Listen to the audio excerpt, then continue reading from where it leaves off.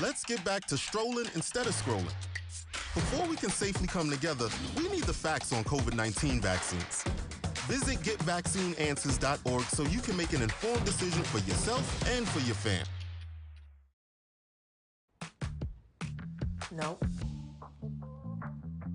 Nope. Come on, him?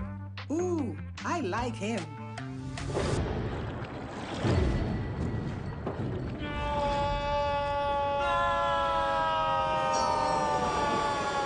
Quick, the quicker picker-upper.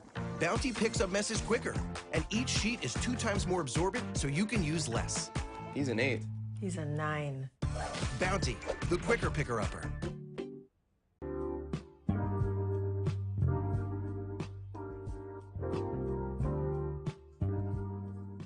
This is the BCSN Pod Zone, your place for the news, views, and conversations about all things related to HBCU athletics. Here are the BCSN Sports Wrap, Dr. Cavill's Inside the HBCU Sports Lab, Knights of the Round Table, the pregame show, the Carlos Brown Show, the ONG Strike Zone, and more in one place. We are changing the way you consume HBCU sports, one broadcast at a time.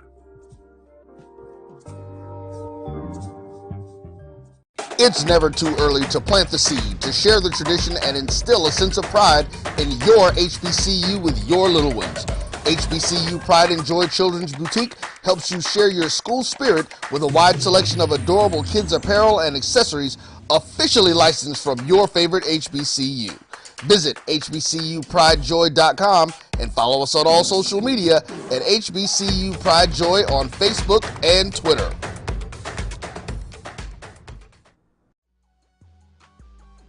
This is the Dean of the College of HBCU Sports, Kenyatta Cavill of Dr. Cavill's Inside the HBCU Sports Lab with Mike Washington and Charles Bishop. Come mix it up in the lab where the course lecture is in session every Tuesday from 6 o'clock p.m. Central Standard Time on Facebook Live, YouTube Spreaker, or the BCSN app, as we discuss all things about the HBCU sports culture, including exploring the week that was in the sporting HBCU diaspora, as well as the upcoming week of HBCU sports. With me, the Dean, the College of HBCU Sports, on Dr. Cavill's Inside the HBCU Sports Lab with Mike Washington and Charles Bishop. Course lecture dismissed. From novice to aficionado, find yourself here. High quality cigars plus personal customer service. Slow Burn is Waco's only mobile cigar lounge, featuring a meticulous, curated collection of premium cigars. Visit our website, www.slowburnwaco.com. That's www.slowburnwaco.com.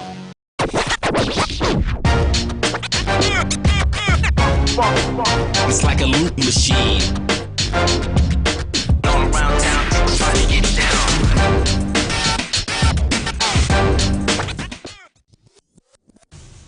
Follow the Black College Sports Network on social media at MyBCSN1, the number 1, on Facebook, Instagram, and Twitter at MyBCSN1.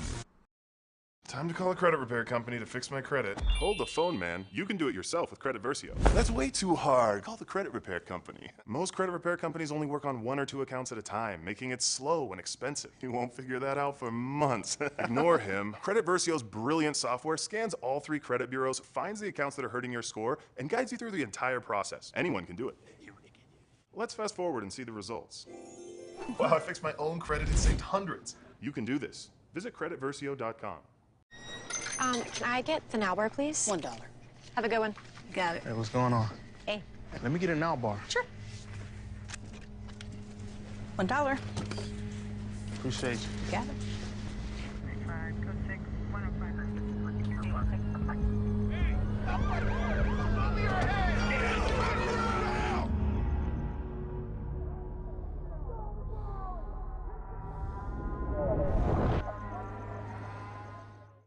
This is Brian Fulford. AD Drew and I are co-hosts of the BCSN Sports Wrap. We talk about all things related to HBCU athletics. From the games, teams, coaches, and fan interest stories, we cover it all. You can find our shows on Facebook at BCSN Sports Wrap, YouTube at MyJBN Online, and everywhere you listen to podcasts like Anchor, Spotify, Google, and Apple Podcasts. You can also find the show on the Jericho Broadcast Network's app.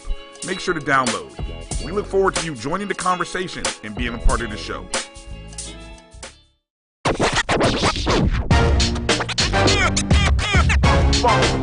It's like a loop machine. All around town, people trying to get down.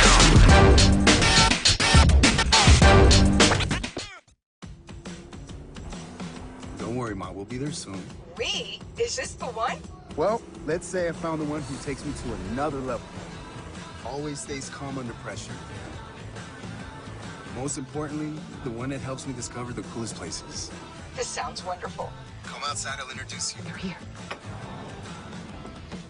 Definitely the one. Introducing the all-new Nissan Frontier. Support the Black College Sports Network so we can continue to provide you coverage. Go to myjbn.com/support and be a part of the Black College Sports Network.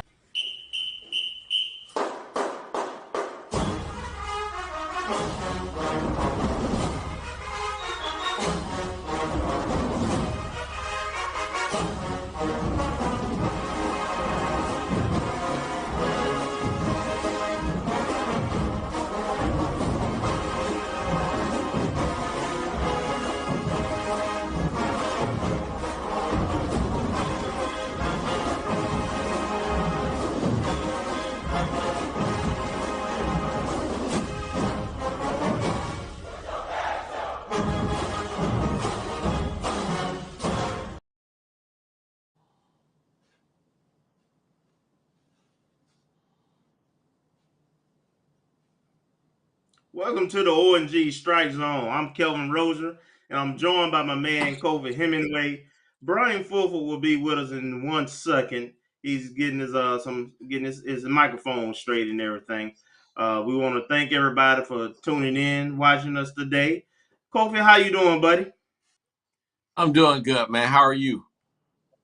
I'm doing well, man. I happened to catch you yesterday, man, and that whole topic of Ed Reed, that's a hot thing, man. That's a hot thing. And there was some real profound reactions on social media from different people in athletics at different universities. And we're gonna get into all that stuff later on. But we're gonna start the show off talking about in the first hour. We're gonna have our FAMU roundup, talk about basketball and so forth, men and women. First wins of the year, Brian. First wins of the year, and then we're gonna have Amen. Yeah. I can't wait to get in that conversation too. Then we're gonna talk about bottom of the hour. We're gonna talk with one of our student athletes, I believe, and then we'll get to all the juicy stuff later on. But Brian, you can go ahead and take over now. Let's see how you sound. Yeah, we'll see how I sound. It could be I could be on 2Gs. Who knows? I don't know. Be on 5G, but I'm probably on 4, maybe 3.5. So Okay. yeah, I don't know. Good to see you, fellas. How's everybody doing tonight? Doing I'm good. feeling like good. I'm feeling like Ed Reed, brother. Feeling a little frisky. No, somebody didn't clean your office. Somebody in the office too. No, I'm good, man. I'm swag, dog. I'm swag. I got some swag hours, you know. Tell the truth, be honest. As that whole thing was going on, the rivalry, I tried to send tweets that had a little bit of humor in it because, of course, that's our rival. But at the same time, you know, I didn't want to be too much, but I still had some. I think the best I got off was when somebody had mentioned that he had tweeted out some script, and I just had to quote tweet it because the scripture just led into me saying, and then he showed me how to use social media or something to that effect. And I mean, I was just like, holy cow. It was messy. It was just messy. But he's a wild Really, cat, Brian? boy. You're That being Ed Reed. messy? You? Ed Reed. Wild cat. It's only on this show. It's only on this show. I think What you trying to say you brought about it us, out of me, brother? Kofi. You That's brought what it it out of is. me. That's what it is. Yeah, Kofi done brought it yeah. out of me. That's what it is. Yeah, Kofi, he can bring it out tonight. Hashtag blame Kofi. That's what I'm finna do. Hashtag blame Kofi. But yeah, we'll talk about Brother Ed later on in the show. But want to thank everybody for watching us, YouTube, Facebook, listening to the Pod Zone, downloading us on the Jericho Broadcast Networks app. We appreciate you. Hit the thumbs up button wherever you are watching the show. And thanks for all the great responses to the interview with Coach Shoop. If you did not see it, you can go, of course, you can go back and watch it again. I'll make sure to retweet it again. Coach Shoop, baseball season coming up in a month, as well as we got softball coming up too. And so hopefully we'll get a chance to talk with the new softball coach. We are working on our good friend Janiah Davis, who's a senior this year.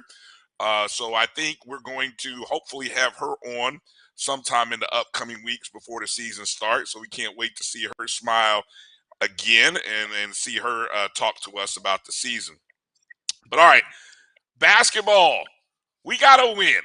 We got to win, fellas. We are out of the valley, as I like to say. We are no longer the worst team in the SWAC. You got a song for us, Kofi? I feel a song coming on out of the valley, right? I felt it. No. Felt Not like right you now. had Keep going. Okay. Yeah, so it was good to actually on MLK Day of all days. We had a dream of a victory, and it came through for us all. A much hard fought victory for the women who actually, give them credit. They have been playing well in the 3 to 4 games since the nightmare. BCU. The New Year Nightmare. That's what we're going to call that game. The New Year Nightmare. So since that game, they have played well, losing a couple games by 3 points, including the overtime game. And so we just knew that we were right there on the verge of getting a dub. They got a 69-53 win. Scored 30 points off of 34 turnovers. God bless it. Somebody turned the ball over more than us. And so amen to that. But hey, I'm gonna get to an interesting stat. I don't know if you guys saw the notes. There's an interesting stat while people are picking on us about our turnovers. There's an interesting flip side to that should be paid attention to. And then the men, boy, I tell you what. If you like defense, if you love defense, well, we're the team for you. We're the team for you. We're gonna keep it in the muck. We found a way to get a win, 60-59. First team to 60 wins. That's what it takes these days. First team to 60 gets the win, and that's what we got. We found ourselves a shooter. His name is Dominguez Stevens, and I think we all knew of him last year. I think he's been found.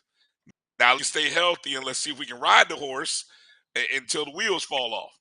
Because he had a career night, 24 points. He's one of the top 3-point shooters right now in the conference. 50. I think he's at about a 58%. Literally 58%. That's unreal. That might even be leading the nation. I had to go do some checking, but 58% is ridiculous.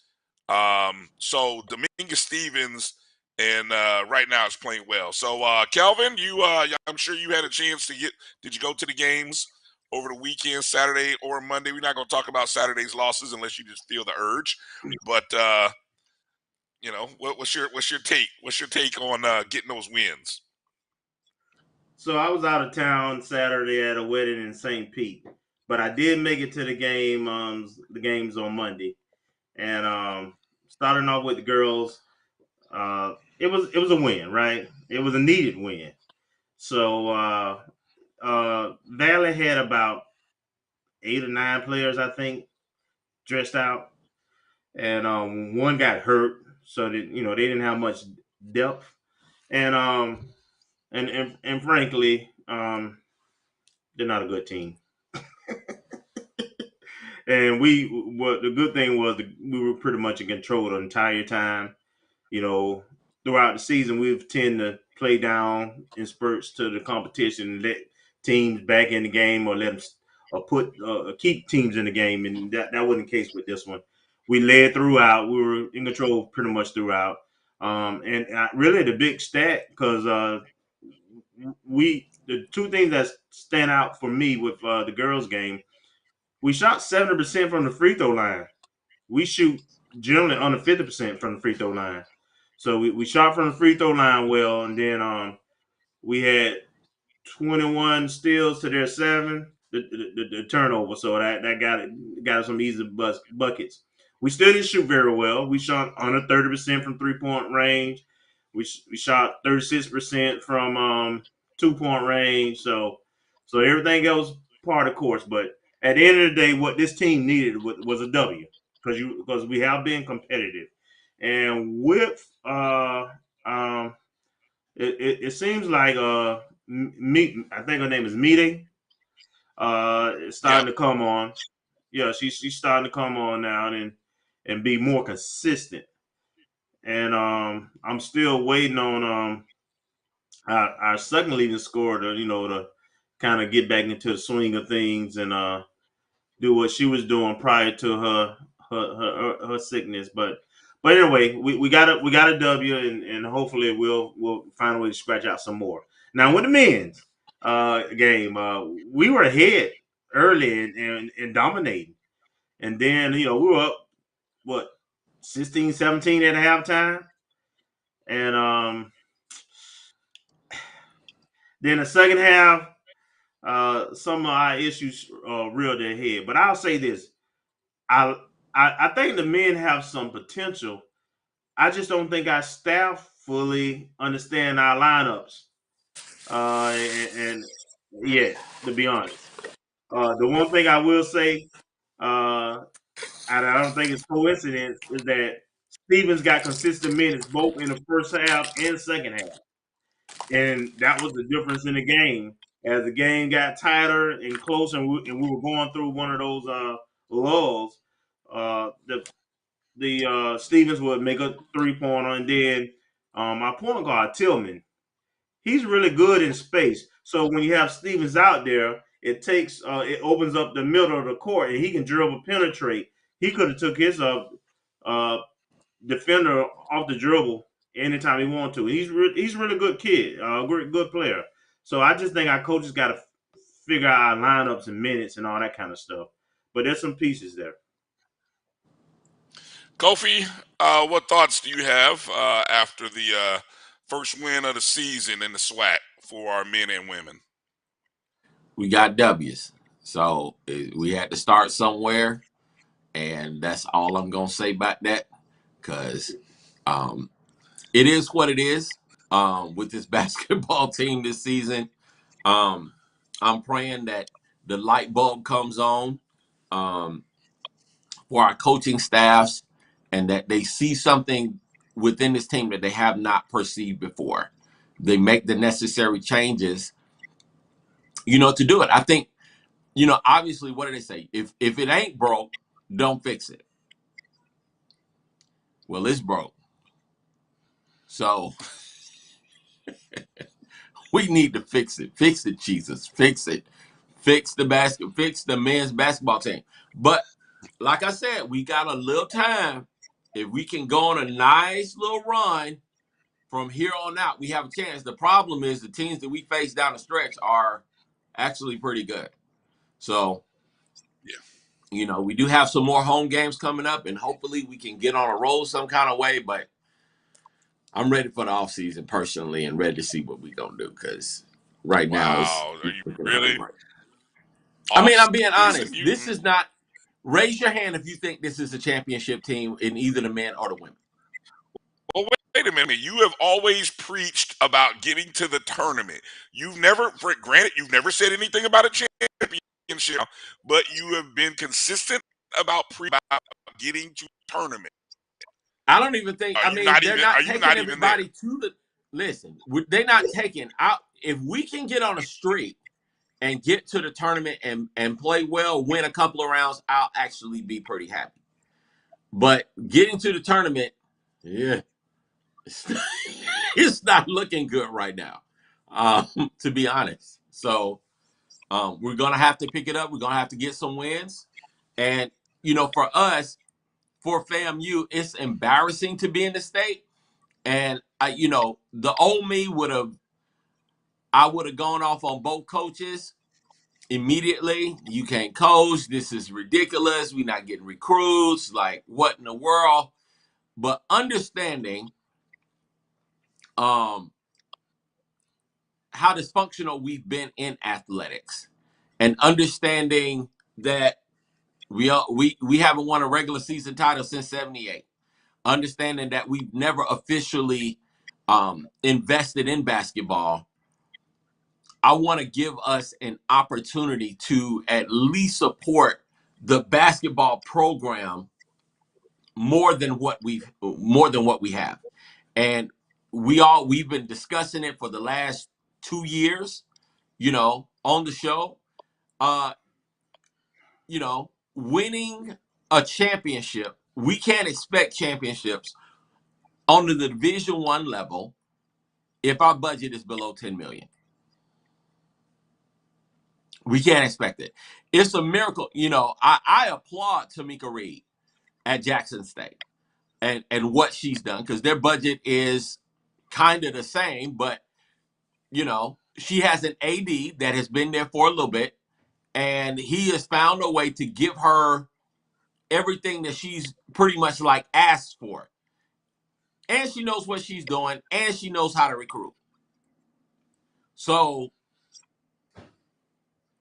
I'm like, if she's doing it, I'm looking at everybody else kind of like, I get it. We need to increase this budget. I get it. But, I'm looking at our program on all phases, and we just simply need to step up in every phase. But I want to see them get more support first. Let's not forget, as you mentioned, Jackson State. Let's not forget Coach Reed's two biggest gets were Amisha Williams and Deja Rogan, two transfers that came to Jackson State. Now, I don't know all the backstory on, because, on whether Reed had previously recruited them or but those were the big gets, and they were there for 3 years, and they helped build what you see now. The 40-game winning streak that came to an end just the other day was built on Amisha Williams, Deja Rogan. And so this team now is carrying on to see, can they do all that? Can they continue being great and dominant? And they've actually forced everybody else in the SWAC to lift their game up. So, again, I'm hearing all of that. And, I want to give people an opportunity to get it together, But here's the thing. When it comes to Jackson State, their budget is $8.8 million, which is actually less than where we are. But yet, their baseball program kicks our baseball team on a continual basis. We split with the men's basketball team. Our women's basketball team is not close. They beat us in tennis. They beat us in football. All right. I get okay, it, but I get it. Well, but my point is, I personally want to see us invest more, but I have to. I can't be me if I don't look at the coaches and be like, "Is this working?" You know, because I have a mantra that says, "Don't defend what's not working." So me being Kofi, I got to be me. Is this working? You know, Coach McCullum, I love him. He's been a pillar of success, especially with our APR and getting these men to come to class and be outstanding young men and to run a clean program. But when it's coming to these X's and O's, is it working? Well, here's what I'm gonna say about the men. Let me add this regarding the men. I think the troublesome part for me as a basketball fan, as a basketball coach, is the fact that we only average 60 points a game. That is low. I mean, people don't even understand how historically low that is. I mean, if you challenge, what they say, if you're one of those next gen stat people, if there are 70 to 80 possessions in a ball game, and I don't even know if we're getting that many. I'd have to go look at the stats, but the fact that we're only getting 60 points a game is a problem because it really forces us. We're averaging about 60. We're allowing just about 67 points a game, which is middle of the road in the SWAC, middle of the road. But the upper tier teams in this conference are scoring 82 points. That's Southern. High 70s, 75. Your top teams. So there's about a 15-point gap now between what we're scoring and what every top 6 teams are scoring. Where does that come from? And you can tell me this is a new squad. I listen to that. I believe all that. But as you just said, Kofi, it means nothing. It means we got guys who can't score the ball. We recruited a bunch of guys who can't score the ball. Right. I would say the offense is not fluid to allow them to score. Give me about another month to figure out which one it is. I think we're about to I think we're about to turn a corner here where we're going to find out here in the next 6 games. 6 games. Give me 6 games. Midway point of the season, we're going to find out if it's the offense or the offensive players that are the problem. And I'm just going to say that. I do want to say about the women, though. The women, you know, we jokingly talked about their turnover rate.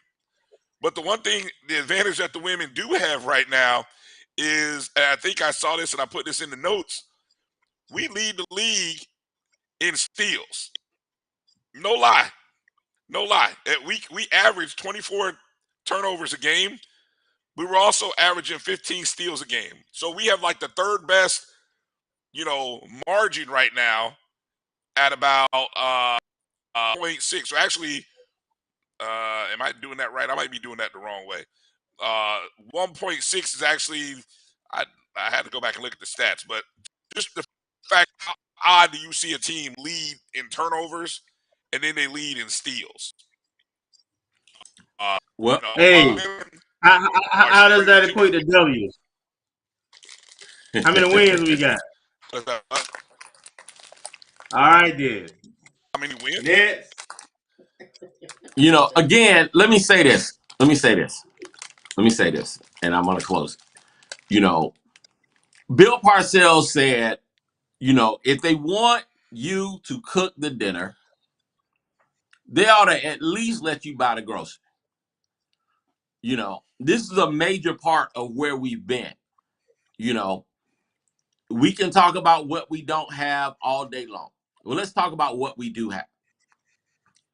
And if you're buying the groceries and these groceries aren't going to bring us a good meal, I'm kind of looking at you kind of like sideways. You sat up there and bought them groceries now. You bought them on sale, the 2-for-1, buy one, get one free, whatever you chose. You went to Piggly Wiggly instead of Publix. You didn't go to the Whole Food Market. You sat up there and did it. Budget or no budget, we counting on you to cook us a good meal. And the meal's been kind of nasty for the last couple of years and stuff. I'm just saying we need to, I need to check what, the macaroni soggy, the peas almost, and the chicken tastes like wood. mercy. You're trying to play it off like you think you can by saying that you're full. My friend said, he just being polite. He ain't finished. That's bull. The macaroni soggy. I can't. The peas almost. I can't. And the chicken That boy did that. That boy did that right there. He did that. I got to go back and listen to that again because that was just unreal. I thought you had reached a new level when you gave us scripture in New Edition, but I think you just went to a next level, Kofi. Let's give before we close this out. Let's give some prop to Dylan Horton, who just the other day was recognized by the SWAC as the Women's Basketball Impact Player of the Week for her outstanding performance during the past week of conference play. Horton averaged 20 points per game, 3.5 rebounds per game, and 3.5 assists per game in the two last games, the home games over the weekend. She shot 50% from the field against UAPB and Valley, and had a game high 21 against that UAPB team. I think again that was a 3-point loss, and then she had a 19 in the 69-53. And so if you even go back, I believe Dylan is up to, in terms of averages, what is that number? I wrote it on that sheet there. She's averaging like 15 a game. Where is it? 15, yeah, 15.4. Which is about 6th in the conference. So Dylan's finding her way. The rest of this team, Paulina Weeks and Skylar Baltazar are two top 20 plus in terms of rebounds per game. Ariana Griff, who we definitely missed in that New Year's nightmare, is averaging 3.8 assists per game, which is 4th. Even Yvette Subrets is averaging 2.8 assists per game, which is best for 10th. So from one weekend to the next, and weekend I'm saying Saturday and Monday, I've seen the improvement. Now, the hard part is this trip going to Mississippi. This is where it gets tough. Because for the women, Alcorn State is Saturday, Jackson State's on Monday. And if I look at the standings, no, Alcorn's not one of those 4 that's in the top 5. Alcorn might be an opportunity where we could get a win. And right now, that's what we need to focus on. Yeah. I'm just going to say that. One at a time. One at a time. One at a time. We're not even going to talk about the game after that. For the men, they've got same thing. Alcorn, that's a 5 p.m. game. Jackson State is 8:30 p.m. Alcorn is, I think, sitting in 2nd place, right behind Southern. I think Jackson State is a winnable game for the men. And if this offense gets going, any of them winnable. I mean, we were leading Southern at Southern. The men were at halftime 2 weeks ago. So it's not a question if it's winnable. The question is, are the coaches going to put the team and the players in the best position to win games? Okay. Well, that's what we're going to be watching. We'll talk a little bit more about that later in the show. Coming up on the other side of the break, we're going to talk to one of our student athletes, Nick Dixon. Throw it up 88. I think throw it up at 88 is the Twitter handle. I'll make sure I have that right when we come back. And we're going to talk to Nicholas, not shy about letting his voice be heard out on social media. And that's what we love. So should be a good interview coming up. We look forward to talking to Nicholas here right on the other side of this break. You're watching the O&G Strike Zone. We'll be back in just a moment. Some carriers will give you just one measly entertainment subscription. One is no fun. With Verizon, there's up to 7 entertainment subscriptions with your unlimited plan. That's 7 times the... 7 times the... No. 7 times the... music, gaming, Disney Plus, Hulu, ESPN Plus, and more. That's 7 times the entertainment. Because everyone deserves better. And with plans starting at just $35, better costs less than you think. Your ad could be ran here. MyJBN.com/support. MyJBN.com/support for more information. Let's get back to strolling instead of scrolling. Before we can safely come together, we need the facts on COVID-19 vaccines. Visit GetVaccineAnswers.org so you can make an informed decision for yourself and for your fam. Nope. Nope. Come on, him? Ooh, I like him.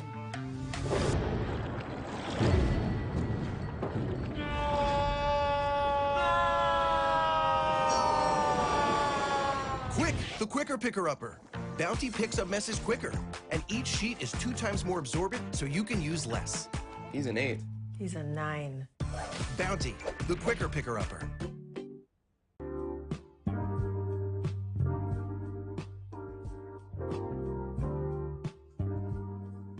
This is the BCSN Pod Zone, your place for the news, views, and conversations about all things related to HBCU athletics. Here are the BCSN Sports Wrap, Dr. Cavill's Inside the HBCU Sports Lab, Knights of the Round Table, the pregame show, the Carlos Brown Show, the ONG Strike Zone, and more in one place. We are changing the way you consume HBCU sports, one broadcast at a time. It's never too early to plant the seed, to share the tradition, and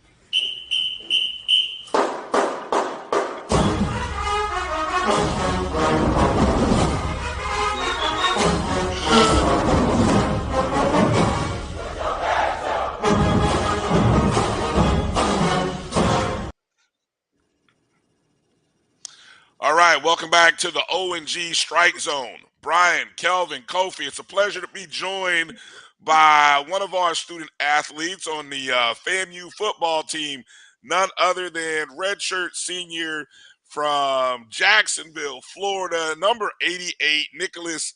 We're going to call him Nick from here on out, Nick Dixon. Nick, how you doing this evening, my man? I'm good. How are y'all? That boy good. Hey. Good to be good. Nah, Thanks for coming on good. with us. All right, No thanks for problem, coming on with us, man. You guys, who, if you're not familiar, you need to make sure you follow Nick on Twitter _, throw it up to 88. That's where you can find him on Twitter, and I believe that's also the Instagram is throw it up to _88. So that's where you can find him on Instagram. And, obviously, Nick is a great follow on Twitter. He's a young man who speaks his mind. He's not shy whatsoever. So before we get into talking to Nick about all things like that, finished up the redshirt junior year this past year, where you got a chance to participate in like 10 games. You got a touchdown this year. Talk a little bit about this season for you and what to build on to 23 after this past year. Well, going into this season, I changed back to playing wide receiver. I played that my freshman year, so this year I got to get back in the groove of things, kind of get back comfortable out wide, and I'm really just trying to stack a really good year this year. I hope I can surprise a lot of people. Nice. From the outside, we saw the challenges that your teammates and the coaching staff went through this year, and the fact that the way the season ended, man, with the win against Bethune, I mean, it is truly your team, the coaching staff will forever be remembered as one of those stories that we will talk about. What was it like inside? Give us behind the scenes on what some of the daily challenges were, or just the messaging that maybe something that we might not have seen or missed that you can share about this past year and the challenges and what it took to just win 9 games to have that opportunity at the end of the year to even sniff an opportunity to play in the playoffs? Well, going into North Carolina week, a lot of us got declared. They told us we couldn't travel. They told us we weren't going to be able to play. So, we preach a lot of faith. Coach Simmons is a man of God, so he preaches faith a lot. So North Carolina game, I think it was 26 of us, and they may have got a number down a little bit, but it was like 26 of us that couldn't go. And then Jackson State week, it was probably down to 15. It was, I know the Friday before the game, me, Isaiah Lynn, Cam Coven, and BJ all got cleared. And they got us down there. Not to make an excuse, respect to Jackson State. That was a tough loss. That's the worst loss I've been a part of in a game where I dressed out in college. So that was a tough loss. Props to them and a great season by them.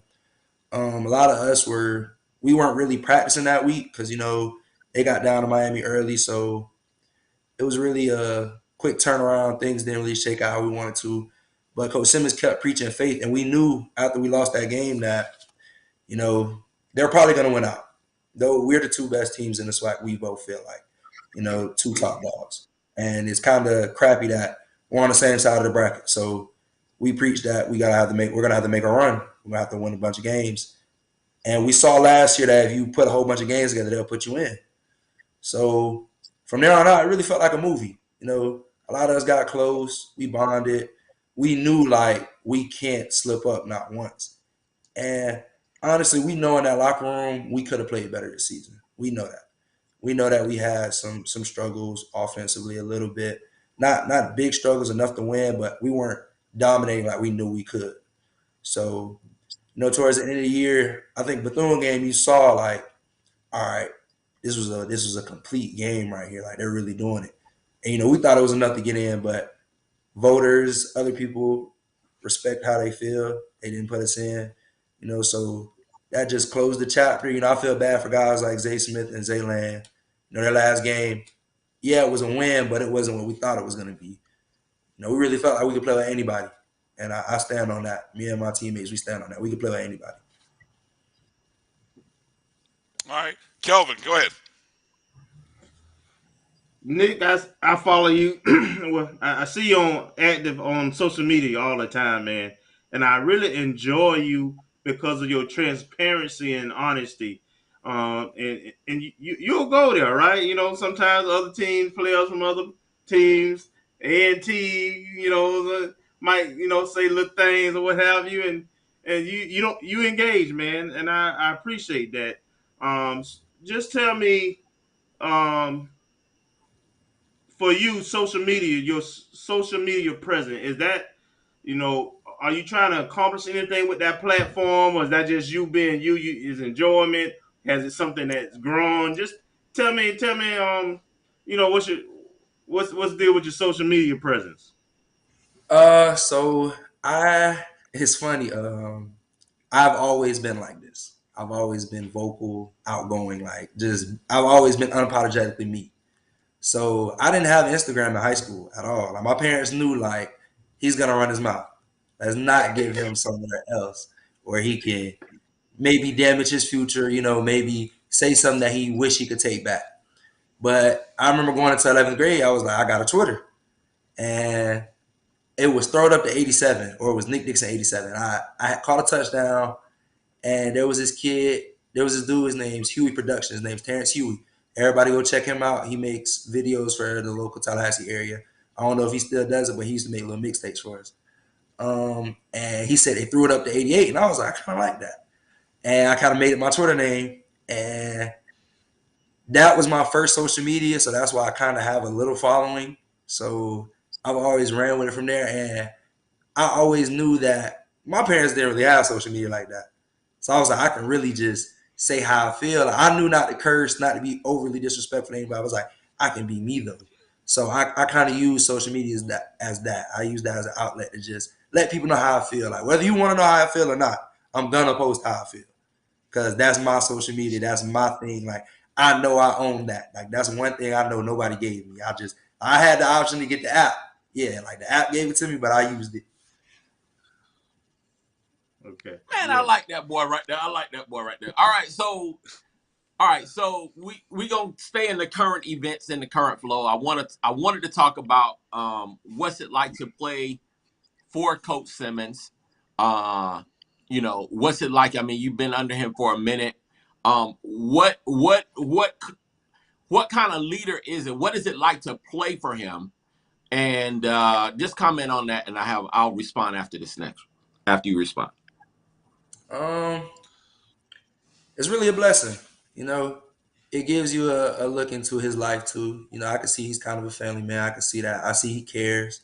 And he's a down to earth man. He's not really real out there. Like you can catch him. You can catch him walking. Like I remember one day I was leaving campus and he was walking around like Tallahassee, and I was like, that's kind of funny. It's like I didn't really expect to see my head coach walking. So but I was a part of the first group that Coach Simmons got in here, so I've really seen everything change. Like I remember the first group of seniors that we had. Some of them were telling me about all the losses they had. And I was like, I can honestly say I've never had a losing season in college, and that's a blessing. Like I really appreciate Coach Simmons for that because he is the mastermind behind all of this. He does everything for a reason, and you can tell. So I do appreciate that. He cares about his players. I've had some things happen to me while I've been here. I've had, you lose people, you get hurt, things happen. He's always checked on me. I remember I got into a car wreck. Thank God I'm still here. I got into a car wreck probably a month and a half ago. Totaled my car. I called Coach Simmons. It was probably 12 o'clock at night. It was late. Called him. He answered in 3 rings. Just like that. There's not many coaches. I don't think there's many coaches you can call at 12 o'clock at night and they just going to answer. So, it's really a blessing. And he knows football. He knows ball. I know that. My family's from Jacksonville, but I was raised here in Tallahassee, so I know about Coach Simmons. I know about him. I went to Godby High School. Like, we heard about Shotgun Simmons over there at Quincy. I had coaches, like, when he got the job at FAMU, they were letting us know, like, he going to bring the city back. Like, he's going to get kids here.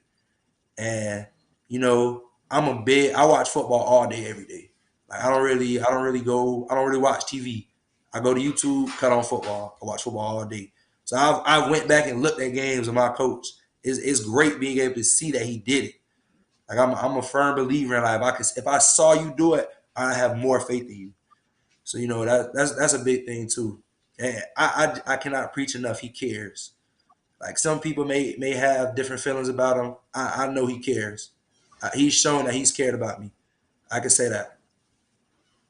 Hubba, man. So on the flip side, we had a lot of, I want to say, as they say on Star Wars, there was a disturbance in the HBCU force this last week with Ed Reed and our counterparts down there in Daytona with Bethune. So I wanted to get your opinion, your thoughts on that in terms of what you felt about his comments. What was going through your mind when he made those comments?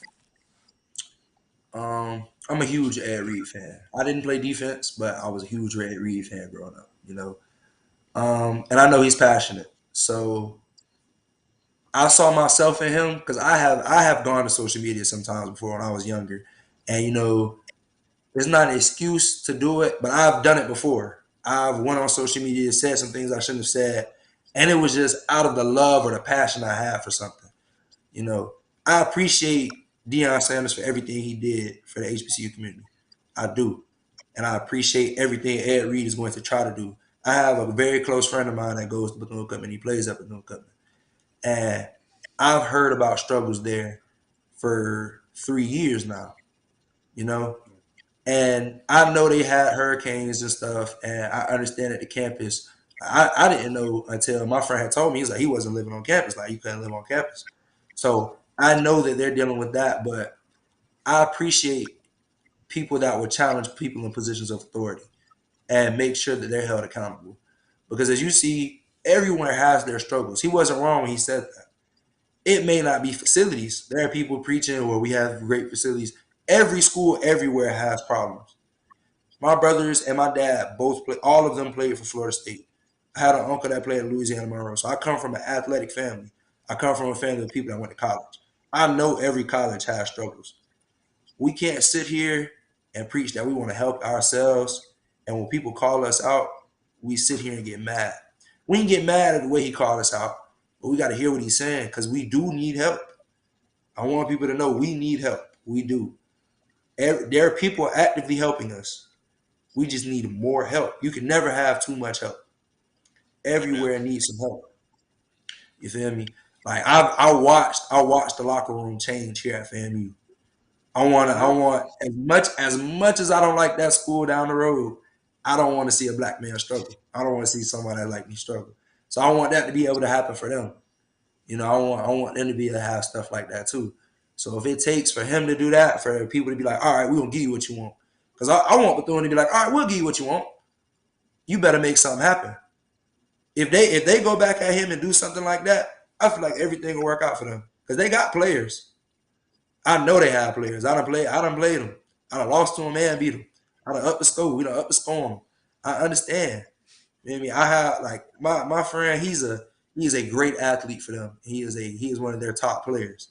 So if for us to talk, I appreciate that I have friends that are in the SWAC so I can get knowledge of what's going on in other schools. A lot of schools have problems. You know, I have friends at Power Fives that complain. I got friends hitting me up like, "Damn man, what fam look like?"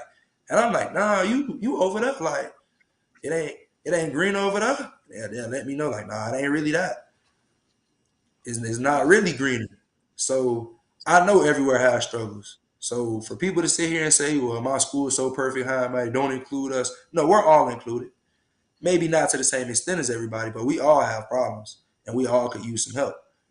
The way he called him out may not have been right, but I hope people heard the message. We need help. I appreciate that he went out there and was trying to clean up.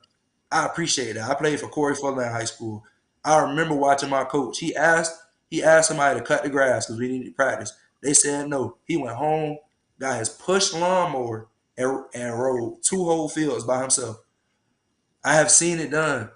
My dad has asked me to do stuff around the house. We'll sit around. He'll do it. I grew up with a father in the house that was gonna make something happen. So I appreciate seeing Ed Reed out there. One of my teammates was out there trying. One of my friends was out there helping. My dog was out there trying to help. So if you can see people trying to help them. Take pride in your university. It hurt me to see a campus was dirty, and I don't feel like it takes a lot of money to make a campus clean. You can get 40, 50 people just walk the campus and clean it. Their campus ain't huge. I feel the same way at FAM. If something wrong with campus, we can just it's stuff that goes on at FAMU that probably shouldn't go on. That's every university. Now I do feel like we got the better end of it. And that's what I gotta say about the Ed Reed thing. I feel like Bethune is gonna be a team to watch this year.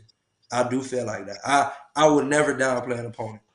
I feel like that is a tough game every year. It's rivals. I know they got athletes. We all from Florida. It's never a gimme game in Florida. If you know real Florida football, it's never a gimme game in Florida. There you go. Right. So what's if you were the AD, we give you the keys, give you the position and the title as AD at Florida A&M University. You're now the AD at FAMU. What are the first 5 things you're going to do?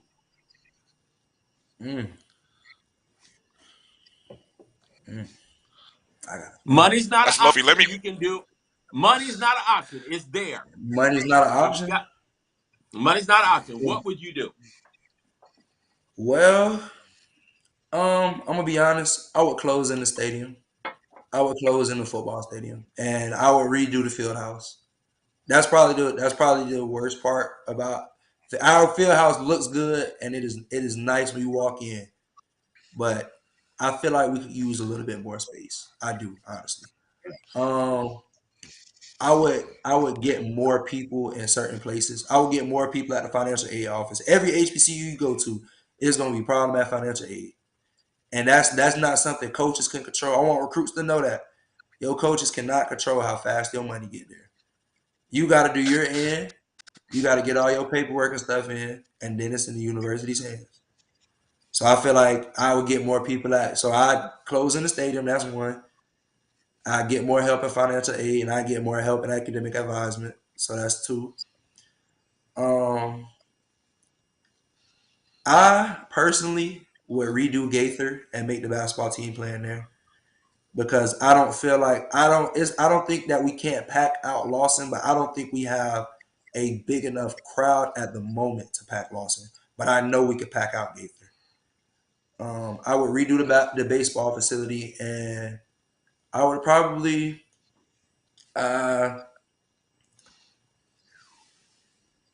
I would try to start a graduate assistant program, a honest program, so that when people graduate, like it's a lot of people like me. Like I want to be a coach. I've dreamed of always being a coach. That's why I'm so adamant about trying to help recruit and like try to help get recruits because I know as a coach I got to do that.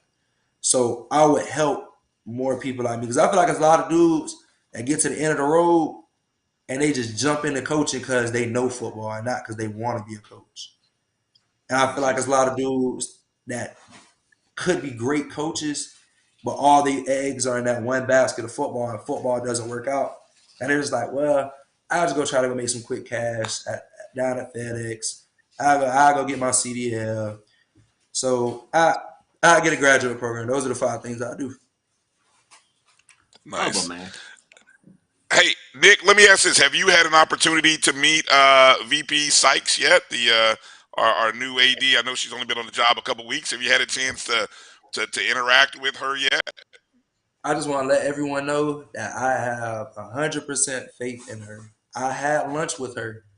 She DM'd me on Twitter. I was in Tallahassee, and she had lunch with me and my parents. She sat down and had lunch with me and my parents. We were there for about 3 to 4 hours, and she actually asked me what she needs to do to help student athletes. And she sat there and heard me for a long period of time. And I could talk anybody head off. And she wouldn't let me talk her head off. So I can honestly tell you I have 100% faith in her. She our first team meeting back, she was front and center. She told us she is going to do what needs to be done. And she's going to challenge the people she has to challenge. So I have faith in her. She has a good track record. If you look into it, she has a pretty good track record. If you go back to her time at Grambling, she was at Grambling. She was just at a PWI. I think Dartmouth. She was just at Dartmouth too, I think. If you go, she hired Kentrell Kearney out of our Kentrell was pretty good. He was in our department. They hired him out to Dartmouth, and she came down and she got some more people in the office. I have 100% faith in her. I have met with her, talked with her. She is a people person, and this is her dream job. This is her dream job, and I hope that the people that I don't know who's above her. I hope the people that are above her help her too. I feel like it's a good. I hope that there's a good, healthy relationship. I feel like a lot of times at HBCUs we don't have healthy relationships. Sometimes we have good people on both sides, but they may not have the best relationship. Strong That boy preaching. You preaching, Nick. You preaching. Hey, Nick, who would you say your personality is more like? I mean, who in your family? Mom, dad, aunt, where's your personality come from? Just who would you give credit to? I'm going to say 50-50 my mom and dad. I look exactly like my mom. I have my mom's attitude. My mom talks a lot, but I mean business like my dad too. Like I don't have a problem getting my hands dirty. When I put my mind to it, I'm gonna work on something, and I have that inner kid at heart. But I'm gonna say I'm 50-50 down the middle. I'm the youngest of three boys. We all have different personalities. I'm the more outrageous one of my brothers. I'm the one that wouldn't shut up, but I say 50-50. It's got to be 50-50. And if not, it's 60-40 my mom. My mom is my honest to God twin. Oh wow! Okay, that might be a future show. We might have to have you and mom on. Does she play spades? Does your mom play spades, Nick? My mom and dad are spades partners. They're the only two people that you can catch them playing with. They won't play with nobody else. So they know all their cheat codes and everything, right? Yeah. We're not allowed to play my parents in spades. We're not allowed to play my parents in spades. We're not allowed to play my spades. I love it. Hey, I have to say, man. Kelvin. Yeah, I have to say, Nick, man, You ain't disappointed live, man. I feel threatened, man. You real good, man. You gotta. Hey, if the coaching thing don't work out, man, I believe you can do some media stuff, man. Because Oh, hands down. yeah, and you come with facts, man. You talk with a lot of depth for a young person, right? A lot of the things that you mentioned in terms of if money wasn't an issue and what you would do at FAMU, boy, it sound like you've been watching our show, man, and we kind of see things the same way, man. You got to speak truth to power because silence is acceptance, and we want to be better. And the only way you can be better is to continue to push. But with that being said, man, I see you very active with recruiting, and talking about kids coming to family. First of all, I want you to talk about your experience and why recruits should come to FAMU, and you kind of laid out some of those things, and then just tell me how you see your role in hosting, and when them kids come in hosting them and all that good stuff. How do you sell FAMU football? Well, honestly, I didn't really see that great side of recruiting. I wasn't this highly recruited kid, and honestly, I wasn't a kid that many people at my. I don't really feel like many people at my own high school had a whole lot of faith in me to make it this far. So when I got my freshman year, I didn't redshirt, played a little bit. My sophomore year, I got hurt and had a red shirt, and I saw the different side of it. So going in the spring that year, I had Kamari Young, the starting tight end. I've known Kamari since I was 5 years old. So I had an opportunity. Kamari tore his ACL in the spring game on FAMU's. They hosted the spring game until last year at FAMU, and he tore his ACL. And I remember he was getting highly recruited, kind of sort of. It was about to blow, and I saw everything was going to come downhill for him.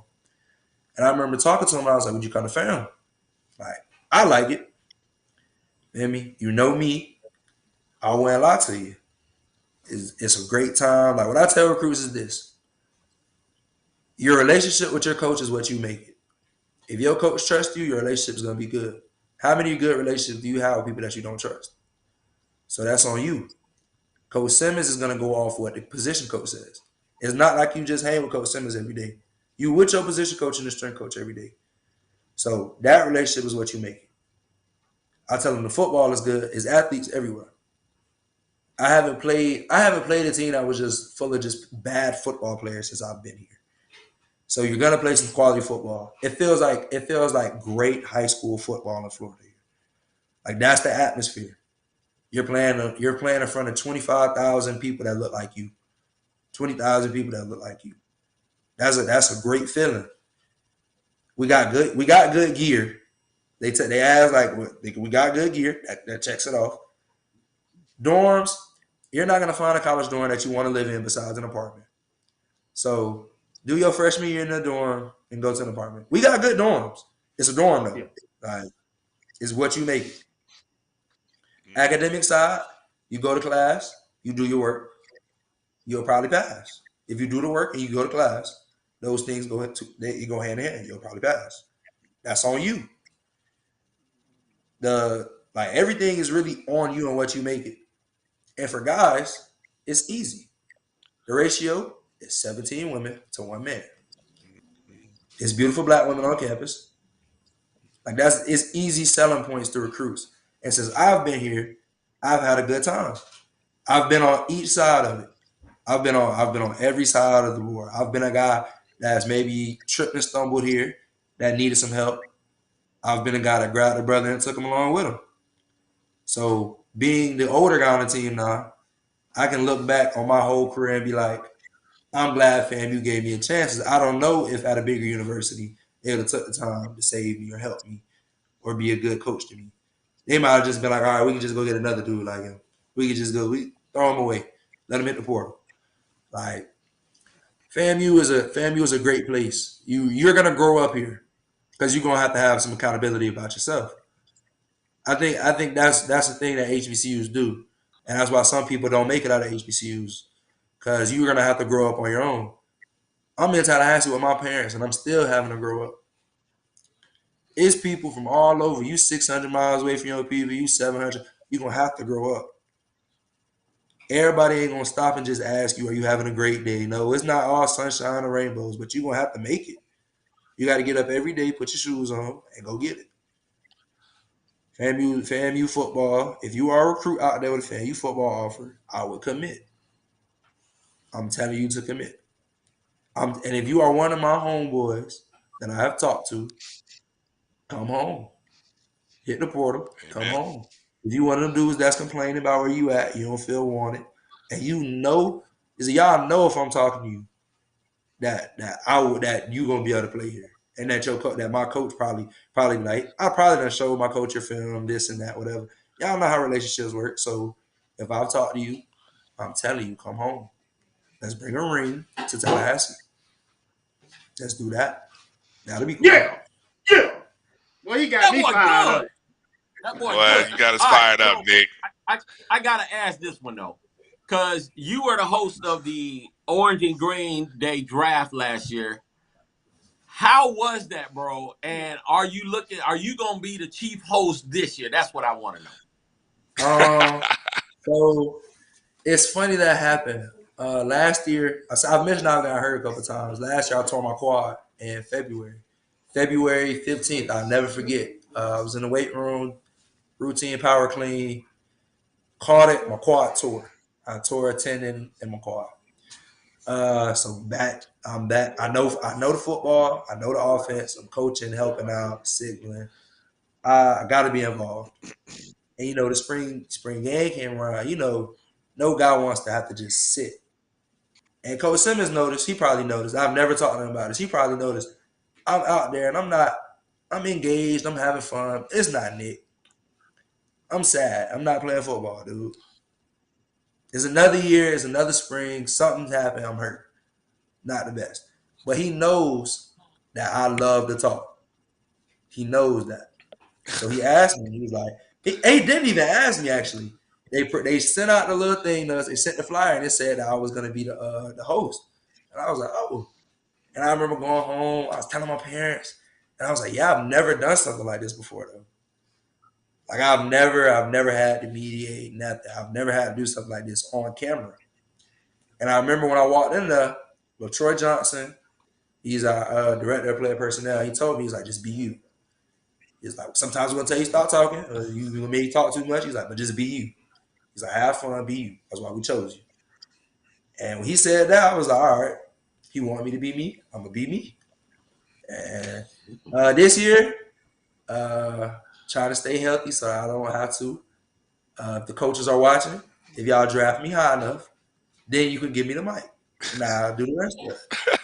Just make sure that I'm one of the top picks, and I can make sure everybody else get picked, and I give y'all a show. But you can't have me going late. I can't be one of them late picks now. I'm pretty good. I say so myself. Work it. That's a great preview. Yeah, definitely. We're gonna pray on great health for you, so that way you can get drafted early. And that was that was a good time. So hey, Nick, before we let you go ahead and we'll give you the last word. Any shout outs you want to give? Make sure you plug your social media one more time for everybody. We really appreciate you coming on, man. You're a true blessing, man. And we got to do this more. So go ahead. I'm gonna turn it over to you and let you get a plug. I want to shout out my mom and dad because I was talking to them. I hope I made y'all proud. I hope I didn't say anything that y'all went against. Still gonna be me. Y'all know that. I want to shout out Coach Simmons for taking a chance on the kid from Tallahassee, man. Kid that was at Godby High School, didn't have no offers. You let me walk on and earn a scholarship, man. I really do appreciate you for that. I love you to death for that. I know we butt heads sometimes. I know I aggravate you, but I do appreciate the relationship we have. You've done a lot for me, and I always feel like I owe you. And to recruits out there, this is not a fake. It's not a facade. It's not me putting on. I want you to kind of FAMU.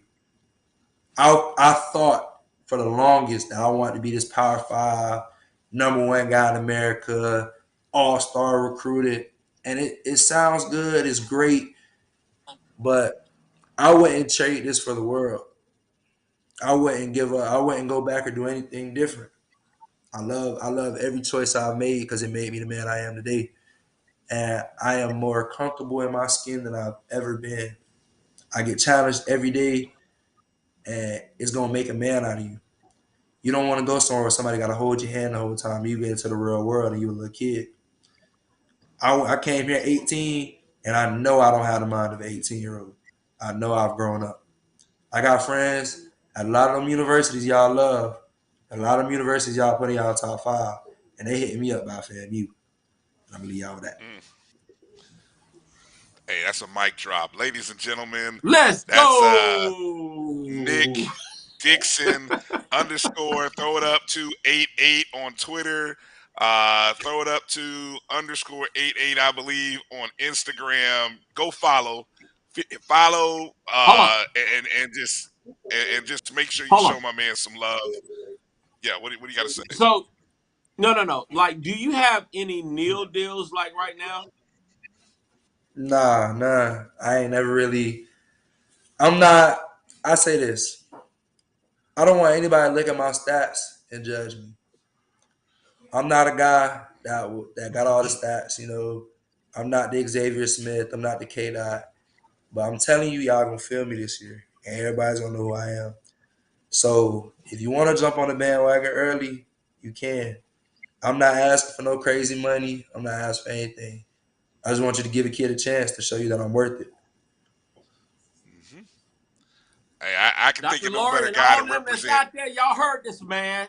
He needs some Exactly. nail deals. We need to see what we can do. Yeah, we got to get this young man taken care of, because you want someone like this. Right? You just heard the pitch. That was an excellent pitch to these recruits out there. No one could have said it better, maybe other than Coach Riz or Coach Simmons. So you guys out there, Rattler Nation, let's make sure we take care of Nick. Show him some love. Hit up the website, the Rattler Exchange. And this is the kind of young man you want representing your business, your entity. Nicholas Dixon, ladies and gentlemen. Throw it up to 88. Wow, Nick, you blessed us with a great one tonight, man. Thank you. Good luck the rest of this quarter, this semester. We look forward to seeing you out on the field at spring practice, and then we'll talk later. I know we will. We'll talk again. And God bless you, man. Be well, and thanks again. All right. Yes, sir. No problem. All right. Nicholas Dixon, ladies and gentlemen, let's take a break. We're going to talk to Gerald Thomas III. A lot of FAMU stuff to talk about right on the other side of this quick 2-minute break. You're watching the ONG Strike Zone. We'll be back in just a moment.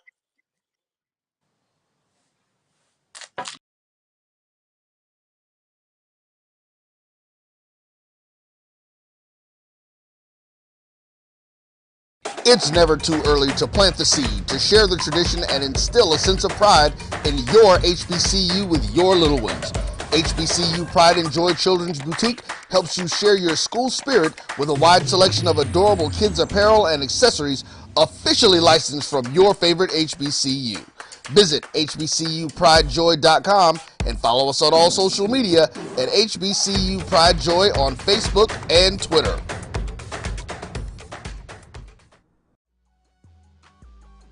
This is the Dean of the College of HBCU Sports, Kenyatta Cavill of Dr. Cavill's Inside the HBCU Sports Lab with Mike Washington and Charles Bishop. Come mix it up in the lab where the course lecture is in session every Tuesday from 6 o'clock p.m. Central Standard Time on Facebook Live, YouTube Spreaker, or the BCSN app, as we discuss all things about the HBCU sports culture, including exploring the week that was in the sporting HBCU diaspora, as well as the upcoming week of HBCU sports. With me, the Dean, the College of HBCU Sports, on Dr. Cavill's Inside the HBCU Sports Lab with Mike Washington and Charles Bishop. Course lecture dismissed. From novice to aficionado, find yourself here. High quality cigars plus personal customer service. Slow Burn is Waco's only mobile cigar lounge, featuring a meticulous, curated collection of premium cigars. Visit our website, www.slowburnwaco.com. That's www.slowburnwaco.com.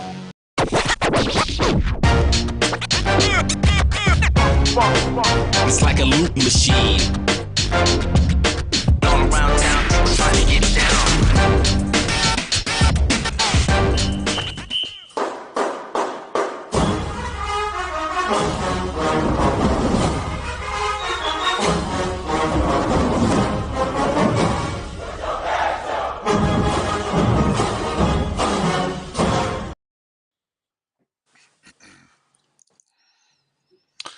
All right, welcome back to the ONG Strike Zone. Brian, Kelvin, Kofi here. It's a pleasure to be joined by G3, Gerald Thomas III, beat right for Tallahassee Democrat covering FAMU athletics. Gerald, how you doing tonight, man? Hey, how y'all doing, man? I'm happy to be here. Feel like it's been a pretty long time since the last time I was on here, so it's good. It's good to show my face. Yeah, man. Hey, we it's busy out here in these streets, man. And so I was like, man, we gotta touch base here at the beginning of the year and get Gerald on and kind of do some catch up because we in basketball season now. But I feel like, Gerald, you tell me this as a reporter. This feels like probably the busiest time of the year that you are going to have, that I think all of us who cover FAMU athletics, because we've got the winter season, we've got recruiting, and we've got the start of spring, all happening right here in this little maybe 6-week to 4-week period. How's that? Does that sound about right? It's about to get real busy if it's not already busy for you.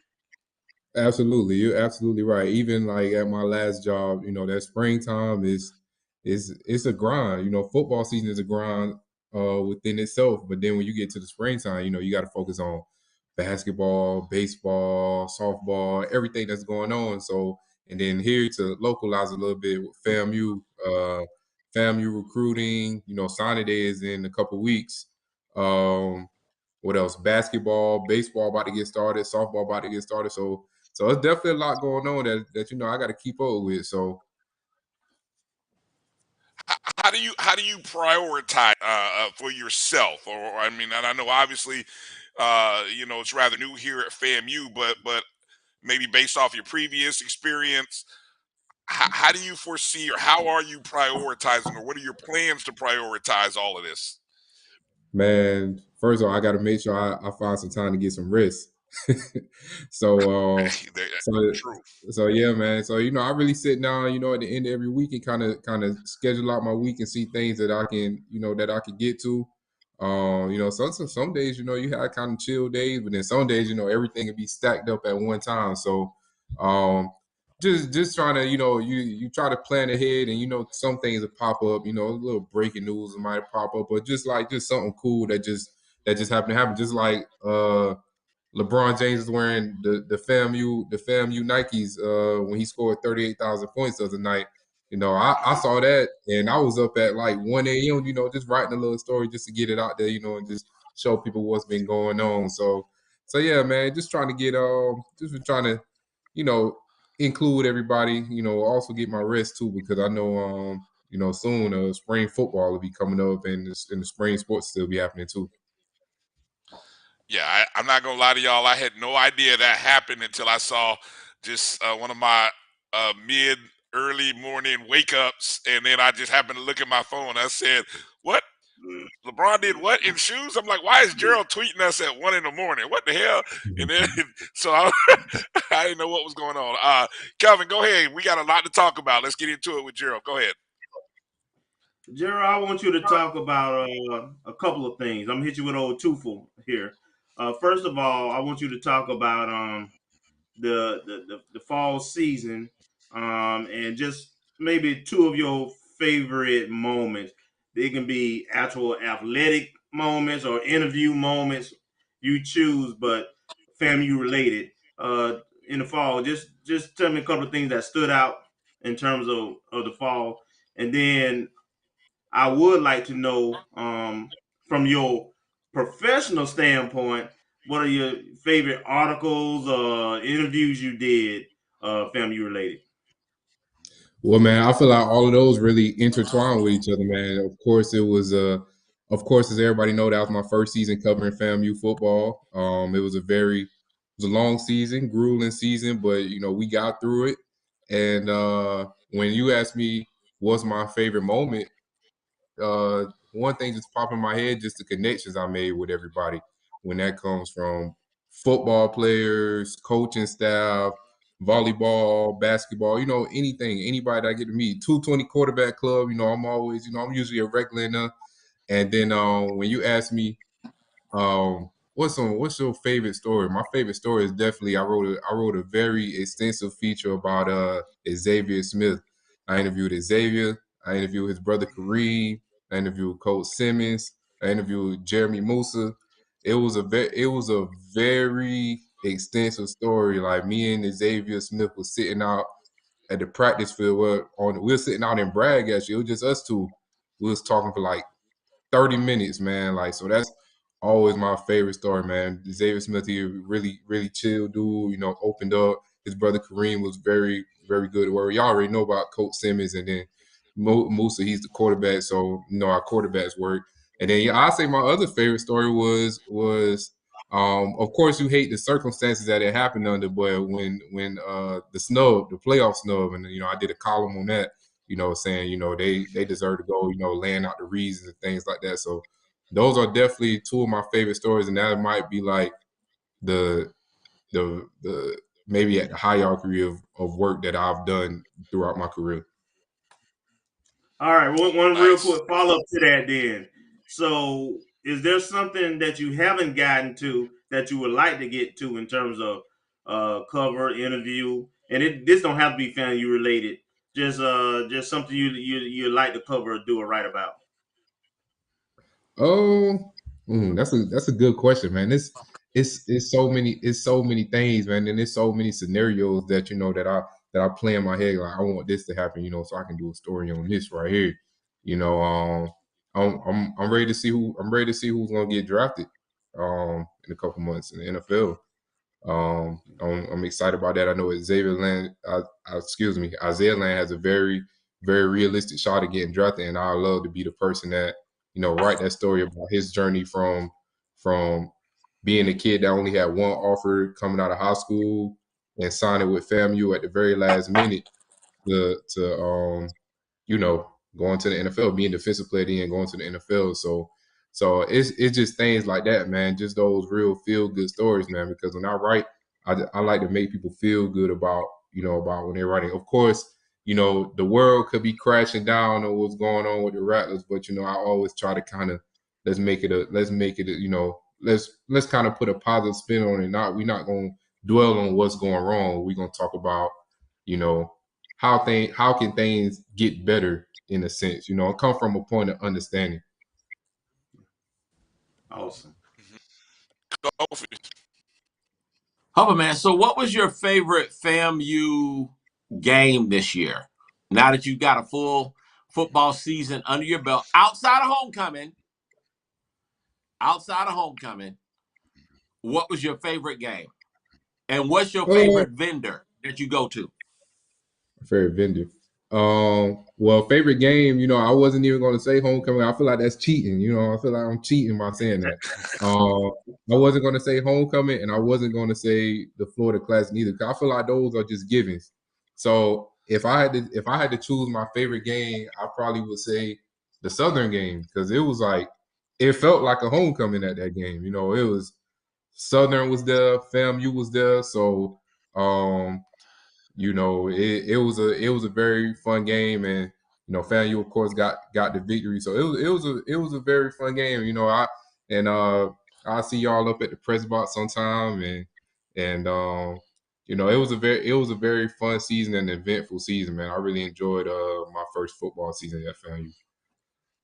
Oh, and as far as vendors, man, I haven't even gotten the chance to even go to any vendors, man. Haven't even got it. I walked Perry Street during homecoming, I believe. I bought somebody hit me over the head for some wings, man. The wings, I got like five chicken wings for like $20, something like that. I can't even remember what the name was, but yeah. So but yeah, man, I haven't even gotten the chance to even experience with the vendors yet, man. Hopefully that'll be something that I'll get to do as the season approaches. So what's had the chance? I got to ask this meal thing because you from the South. So if you had a pregame meal to eat, anything on the smorgasbord, what would you choose? What would be that? A pregame meal? Yeah, for you. Man, I don't know if my meal should be for pregame, because first of all, my favorite food is fried shrimp. I'm from Savannah, Georgia, so we right by the sea. Some fried shrimp, some macaroni and cheese, and what else? What else we can get? You Get ain't some, writing after all that. You yeah, man. Yeah, ain't I writing can't after that. plan it. Yeah, I can't write after that, man. I'll be in the press box up there falling asleep, man. If y'all see me eating that.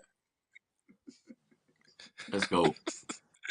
Hey, I can tell Gerald when he said one of his favorite, he didn't want to include the Florida Classic. I can tell Gerald you missed that decade before COVID. So you included the Florida Classic if you had gone through that 9 years in the Valley and them losses to Bethune. I'm still including every time I can include a win over Bethune, I'm including it, and until we get to about 8 in a row, then maybe I won't include it. But let's transition to you talked about being positive and putting things in positive light. Let's find what's the positive. How do you find the positive from what we're seeing from our basketball programs right now, from the basketball end right now? How do you? Go ahead. Yeah, no. I was just gonna say, how do you cover what we're seeing in your conversations that you've had either with Coach Pillow or Coach McCullum?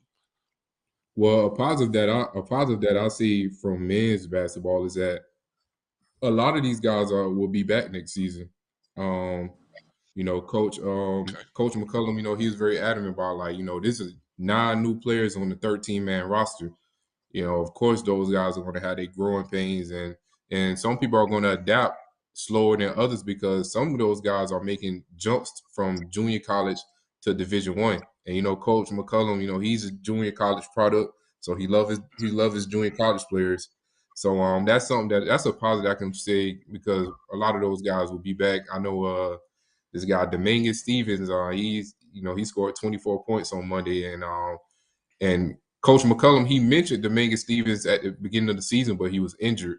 So he's come in and he's like that guy that can come in and get a bucket for you. And then on the women's side, I mean, the women have already matched the win total from a season ago. Last year, they won 3 games. They already got 3 games, three wins, thus far this year. So, it was good to kind of see them because, when they lost to Bethune-Cookman, that was a very ugly loss. And how they responded to that was, well, they played 2 close games at Southern and Grambling and then played against Pine Bluff and that was a fairly close game too, but Pine Bluff had a lot of size. And then to see them win on against Mississippi Valley, so maybe that's something that they can build on and pick up some more wins. Have you been able to think out of that what I call the nightmare of the year, that women's game against Bethune? I mean, have you been able to uncover anything when a game like that happens? Is it just one of those bad losses? Everything that can go wrong did go wrong, or how do you just any insights that maybe you were able to uncover or can share about that game? I know we're 4 games past it, but Yeah. I feel like until we can put a few wins together, I feel like it's like that cloud that's going to be hanging off in the distance on our team. Yeah, I'm not even gonna fake it to y'all. I wasn't at the Bethune-Cookman game because I was at home during the holidays. But I definitely saw the the final result, and I say teams are going to have those type of losses, and the women's basketball team is a fairly new team also because I believe they have 6 or 7 new players. Dylan Horace, she's the main piece of the team. She's the main scorer.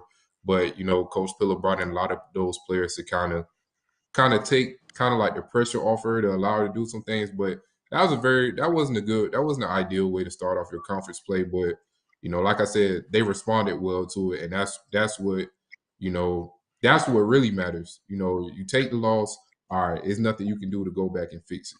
But the way they responded to it by having 2 close games on the road, and I hear that Grambling is a very tough place to play at. For you to turn around and do that, I think it looks up for them. It may take time. They may not get to where they want to be to next season, but for both, and that goes for both teams. But they got a few positives, this season. Kelvin, go ahead. So Gerald, we see you and you write about the different sports and you take different angles sometimes. You don't just write about the games. You bring us people. You talk to the coaches, the sport staff, the players, and so forth, and do articles on them and so forth. I'm wondering, do you have like filler type articles where you do things in advance and they may not go to print immediately, but at some point, you can pull something off the shelf, say, hey, this is something that might be relevant and maybe the timing is better. Do you do that, number one? And then secondly, do you have non-athletics stories that you want to cover? Man, you calling on the plays out the playbook. Yeah, man, I hoard stories, man. I hold on to a few stories and like, yeah, I'm gonna do this, and at some point, like just like for example, the story that I did with Jeremy Musa, I knew I was doing that story. Like I thought that came up on my mind like maybe during the holidays. I said I'm gonna sit down because everybody want to know how the quarterback feeling, especially coming in with new quarterback. He came in with a lot of expectations. As far as non-athletic things, I'm trying to think, man. It'd be so much going on. The kind of things that I kind of take as non-athletic is maybe getting to know the players outside of the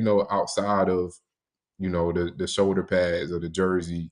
So that's the type of things that I like to get to know them as people. Just like I said with Xavier Smith. We sat inside of Bragg, just us two, man, like for the longest. And I did the same thing with BJ and Kendall, leading into the classic. Like it was just us three just out there. So, I like to just kind of build connections and know that these guys are more than just the jersey number that they wear, on Saturday nights or whenever your respective sport plays. Go ahead, Just a suggestion, a real quick suggestion down the road. I think HBCUs in general could use some investigative journalism in terms of athletic budgets and competitiveness and comparison on the NCAA FCS level. Something like that. Talk about the administrative, financial, and operational side of athletics, not just the teams and their performance. Just a suggestion. Okay, I might have to put that. That sounds like a project. I might not be able to do that for a minute. I got to do some. I do some searching, some talking to people and things like that. Yeah, definitely. Kelvin with homework assignments. Hey, your homework assignment here. Go ahead, Kobe. Yeah, man. So would you consider doing a town or hosting a town hall meeting for Rattler Nation and having the AD, of course, with athletics and really getting, I want to say, a feel and a pulse from, I want to say, all states in Rattler Nation. Normally 220 Club is their own state, but then you have, your athletes, and then you have the Tallahassee community, you have other people on a national level that actually have questions and really have, I want to say, some skin in the game regarding the success of our athletic department.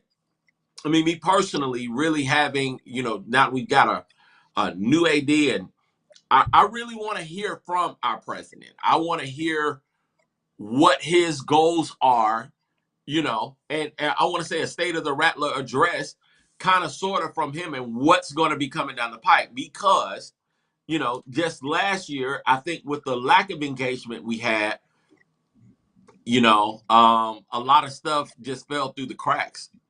When we didn't have leadership in place to do it. And I think really having that conversation helps to establish another dimension of accountability. Yeah, I What do you definitely think? yeah, I'm definitely open to conversation. That's definitely something that I would be, that would be something that would pique my interest. I'm open to learning more because I mean I'm still fairly new to Tallahassee. I'm still fairly new to covering covering FAMU. I haven't even been here a year yet.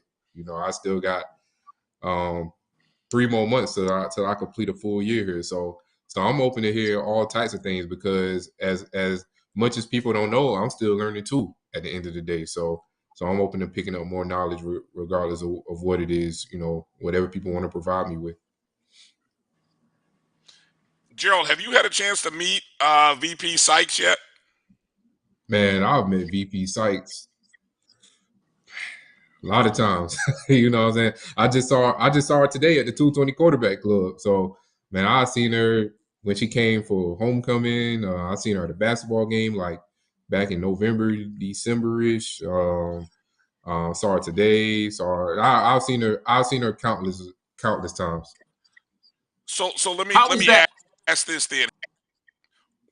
Well, let me follow up for a second because and you may be going the same direction in terms of conversating with her, and I don't know what exposés or articles you've done about her yet, but just uh, your conversations about her plans for FAMU after you've been able to get deep into the woods in your conversations with her. Has she been Mhm. able to share anything about those future plans or what maybe her first 100 days on the job might look like? Yeah.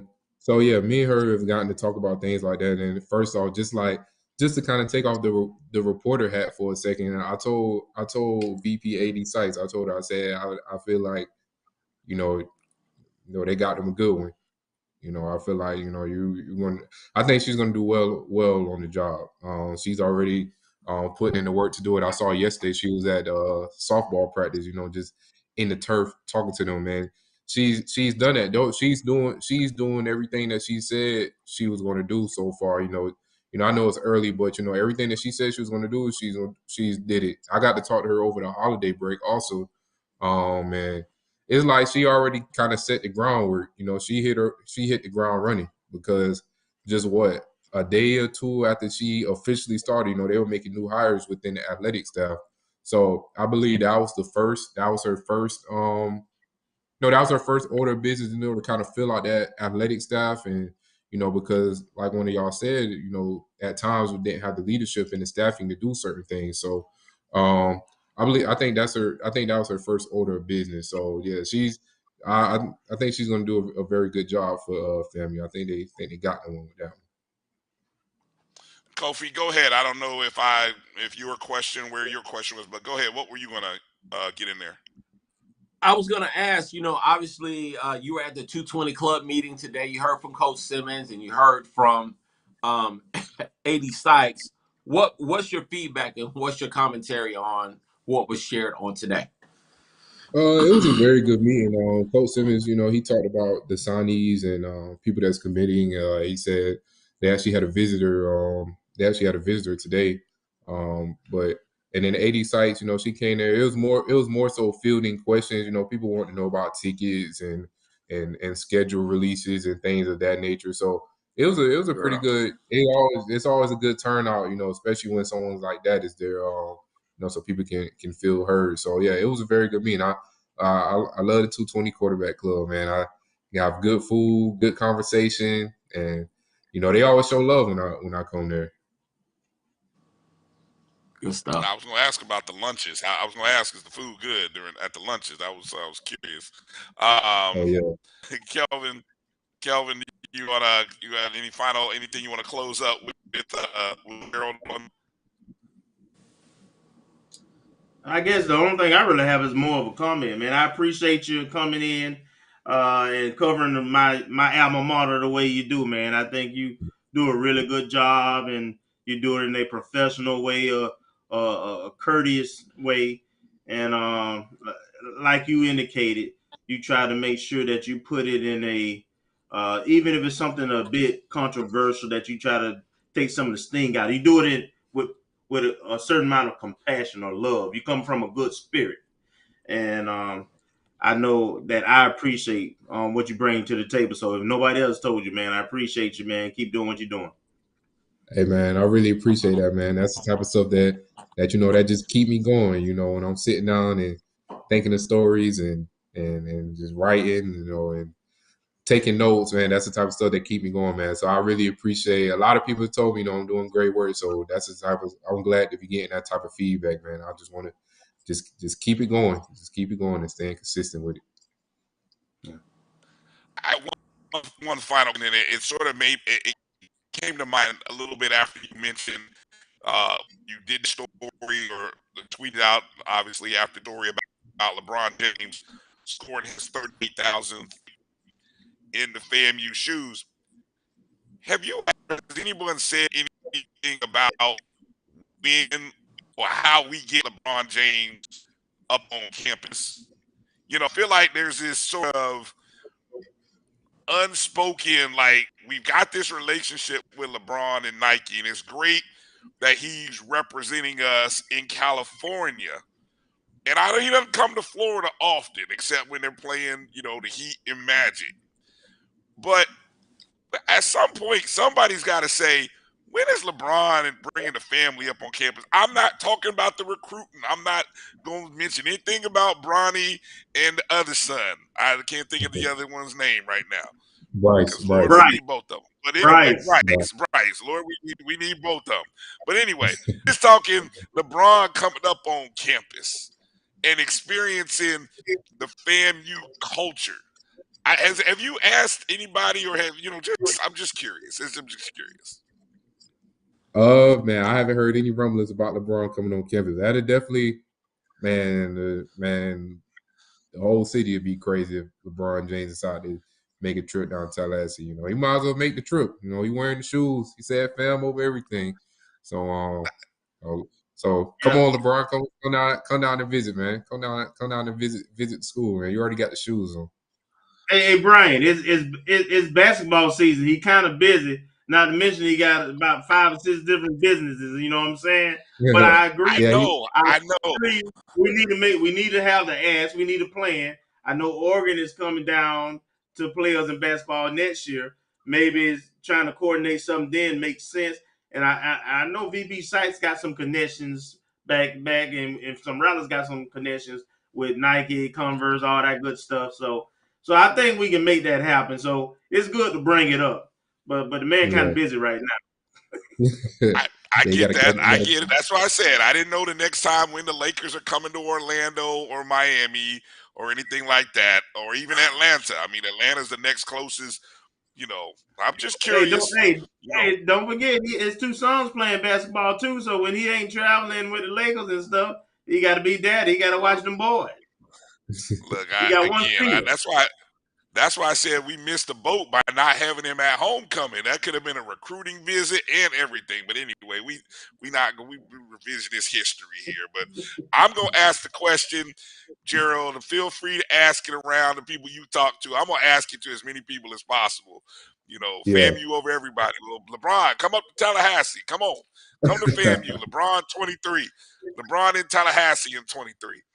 All right, Gerald. What's the next article we can look forward to upcoming this week from you? Man, I can't give up my whole playbook, man. Come on. Okay, all right. Let them know where to follow you. Let them know where to follow you, Gerald. Just tell people where to follow you. That way they can get the article and when you tweet it out. Yeah, man. I post all my work on Twitter at 3PG. The number 3 PEATGEE 3PG. So whenever I come out with a story, it's gonna be on there. But man, you trying to get me to give out my whole playbook? Kelvin already not called at my play and said, "Oh yeah, I know you be holding on the story." So I gotta change up my plays a little bit. I gotta install a new system. Oh, you never sat at a game with Kelvin. Kelvin be calling the plays out like three plays before they happen. So you go sit at a game with Kelvin and then he'll be calling your plays out all day. So I'm just telling you, that's just how it is. That's how he rolls. He's like that. Yeah, when Kelvin was young, he used to play video games. He probably watch a controller, see what play you're gonna choose on Madden or something like that. Exactly. All right. Hey, Gerald, man, thanks for your time tonight, man. Thank you for coming on. Thank you for your coverage of FAMU. And we definitely got to do this again, all right? So maybe as we get a little bit closer going into the spring season with baseball and softball, we'll get you in here again and we'll kind of recap and do some more stuff, all right? Definitely. I appreciate y'all for having me tonight, man. I'll enjoy y'all evening. All right, y'all make sure to Thank go you. follow Gerald on Twitter. Make sure to go check out, read those articles, buy that subscription. Go ahead and get that subscription. 'Cause, some of them articles be behind the paywall. And ain't too much to ask. Go ahead and get some money. All right, Gerald. We'll talk at you later, man. All right, y'all. Thank y'all. All right. Hey, fellas, we might as well just hang in here. We gonna hang in here for this final 15 minutes. We no sense in taking a break. We might as well hang in there. All right. We gotta quickly mention our track success.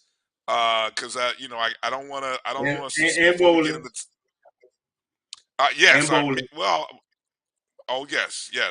You get I saw the bowling. So on the track and field tip at the HBCU showcase this past weekend up in New York, we had 3 first place. Let me start from a perspective. Overall, the FAMU men's team finished 4th overall behind North Carolina A&T, Delaware State, and Norfolk State. We finished just ahead of Prairie View. The women finished in 3rd behind A&T, Norfolk State, and ahead of Prairie View and Howard. Was it Prairie View who won the SWAC indoors last year, or who's the SWAC indoor power track and field? Any of you guys know off the top of your head, maybe? I know Prairie View has a pretty strong program. I can't remember though off the top of my head who won. Okay. Me All either. right. Okay. In terms of some of our track field success, I know we had 3 rattlers that claimed first place finishes in those meets. Had Lauren Hall, who finished in the 60-meter dash, i.e. the fastest woman of the day. That's what you consider the 60-meter dash. That'd be sort of your equivalent to the one outdoor level. Go ahead. I'm trying to find. I had it pulled up here. Who the first place finishers were. Make sure I at least acknowledge the first place. I think it was in the 60 meters. Dejan. It's the long jump. Jordan Ash and Dejan Clark. Jordan Ash on the women's side. Dejan Clark on the men's side. The long jump. And then we had several other rattlers that finished 2nd or 3rd. A lot of top 8 finishes. Overall, a good showing. You guys have any thoughts on the performance by the men and women this past weekend? Most of the success was with the field events, so that's a good sign. That our jumpers and pole vaulter was 3rd. That's where you can rack up points really. With a team like us that not built on sprinters, if we can rack up points with our field events in significant numbers, then that's our way of, moving up the podium, so to speak. So right now, it looks like the strength of the team is going to be within our field events. All right. Anything you want to add on track and field, Kofi? No, I'm just, again, I'm just waiting for us to get back to a championship level in track. That's one of the pillars of our our whole athletic program. On gridiron, diamond, track and field. Our sons, the victory never yields. So I want us to get back to that level. It's a good first step, wouldn't you say? I mean, we finished in 3rd absolutely. and 4th. I'm proud of, knowing everything that this team has had to endure to get out there and compete is a win. You know, so I want to see how we're going to do, especially come conference time. But let's get it done, guys. Let's get it done. All right. Moving over to bowling. Our FAMU bowling team finished up the cluster, I believe, with an overall record of 7-7. Yeah. And 5th place overall out of 8. Now, the first 2 days, if I recall, we were 2nd after day 1, 3rd after day 2. Now, I don't know if they do a total or just in those particular days we were 2nd overall and 3rd overall, but we pretty much competed in the top half of that 18 on the first 2 days. So pretty good performance. More Jordan Ship finished 2nd overall, I believe. Finished 2nd overall with an average of 9. So that's pretty. So we may have a bowler individually that will be in the hunt for a championship. It'll be interesting to see if the rest of the team can put it together as they move forward. I know they are bowling. Let's see. I'm looking at kind of the schedule here. Coming up, the next cluster will be February 3rd, I believe, for bowling. So they're off until that next cluster. Any other, in terms of the Rattler Roundup, any other sports or anything that we missed or didn't talk about? The only thing I'll just add with the bowling is that it's a young team, all 5, I think 4 or 5 sophomores and 1 junior. There's no senior on this squad, so hopefully they'll continue to get better and be more consistent. Mm-hmm. Go ahead, Kof. No, we're about to ramp up with spring sports in just a minute. So, that's tennis, softball, baseball. It's going to be a full gamut of everything that's happening. So I'm looking forward to us getting out there and competing at a high level. Yep. I will say this on the recruiting level. I just saw an article or just read an article, an update maybe from the site Redshirt Sports that has sort of been tracking the FBS to FCS transfers.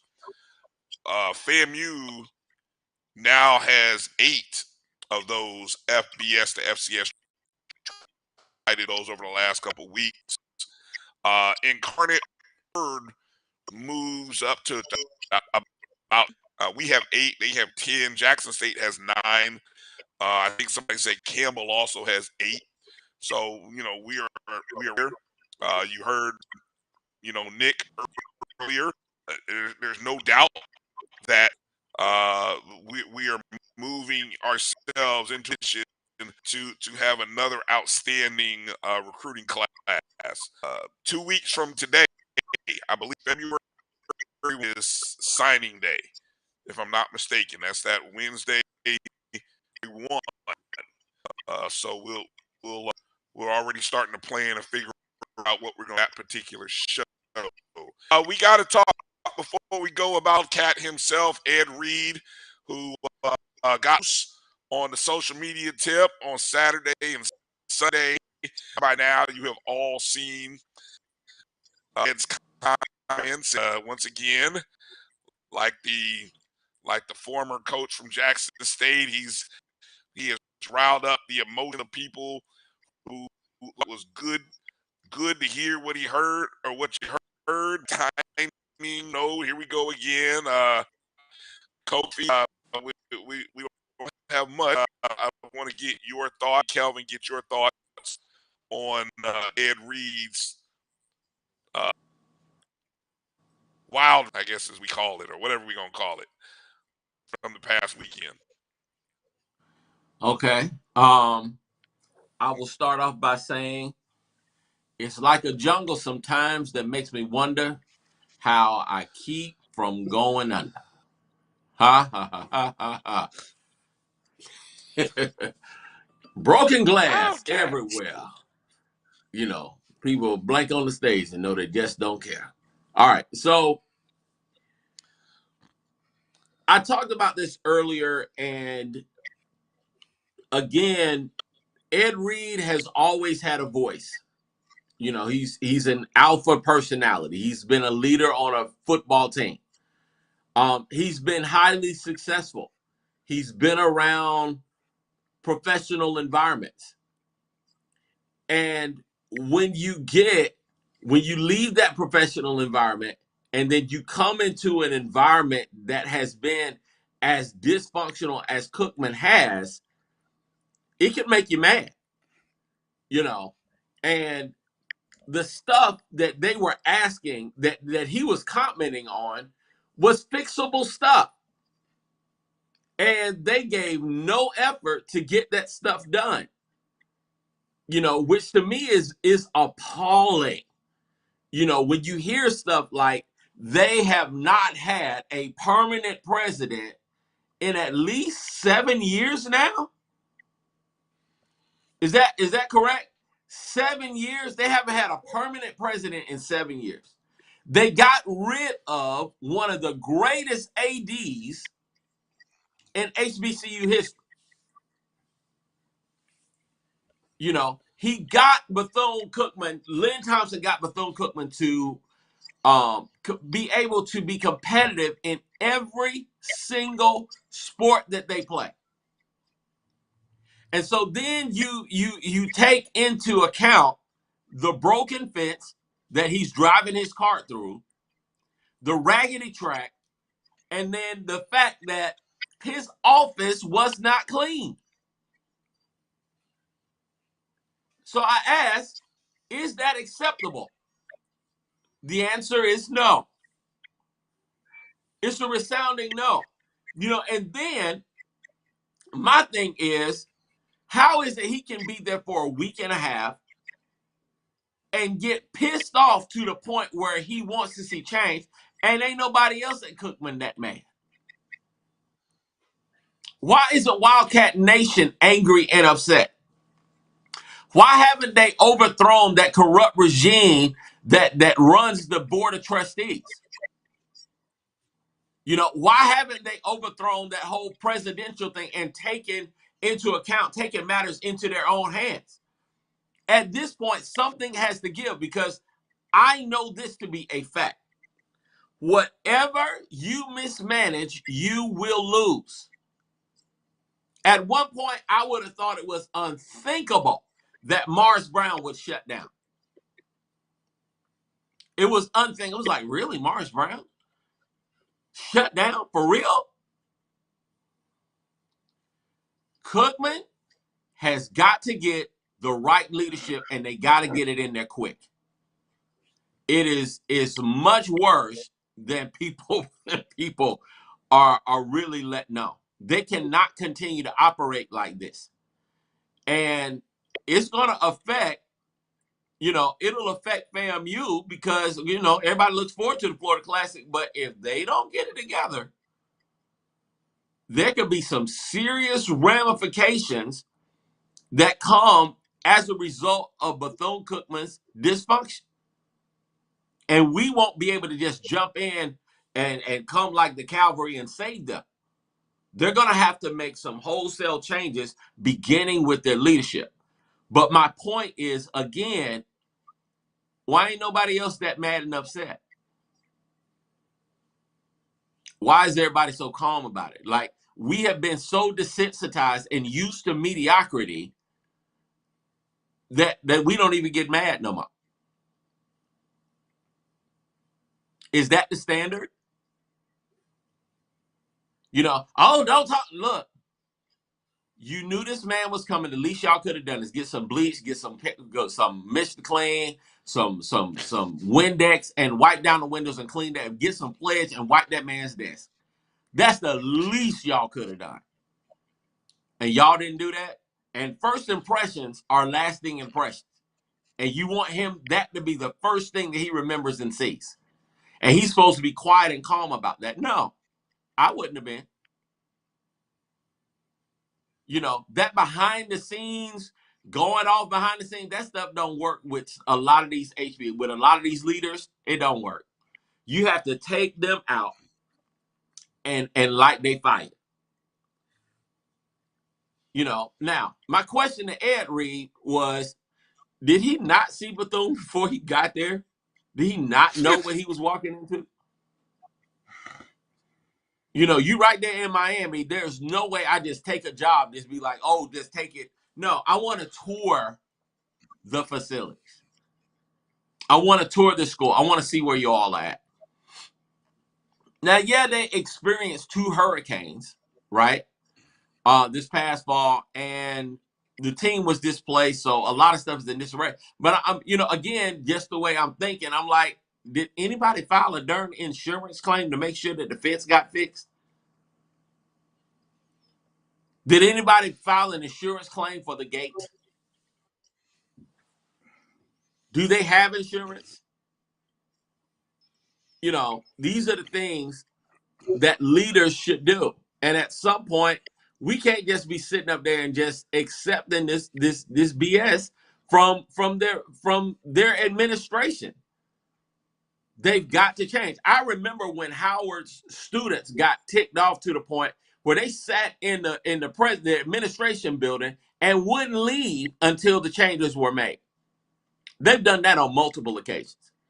It's time for Cookman to take some radical steps to get the changes that they want to see. Go ahead, Kelvin. So the first thing I'm gonna say is you have to maintain professionalism when you're a public figure. And sometimes the messenger can desensitize the message. People miss the message because of who the messenger is or how the messenger gave the message. What I don't want us to lose, and what COVID's speaking to, is the message. I'm gonna get back there in a minute. But Ed Reed is got to be a professional, and he can't speak out of anger alone. He hadn't been there long enough. He ain't seen the worst yet. So, you know, as Jackson State women's basketball coach alluded to, you know, you got to put in some hours first. Now, Ed's coming from a different background, you know. Now, don't think he ain't got he's not familiar with HBCU experience. My understanding is his father works at HBCU and has for a long time. So he's grew up around the HBCUs, but I'll say this. I'm finna peel back the onion a little bit. So we had a discussion off camera before the show started. For those of us who worked at a HBCU, athletic department specifically, and we were able to share some stories. And I would tell you, I'm not gonna put anybody else out there, but I can tell you, I've been Ed Reed before.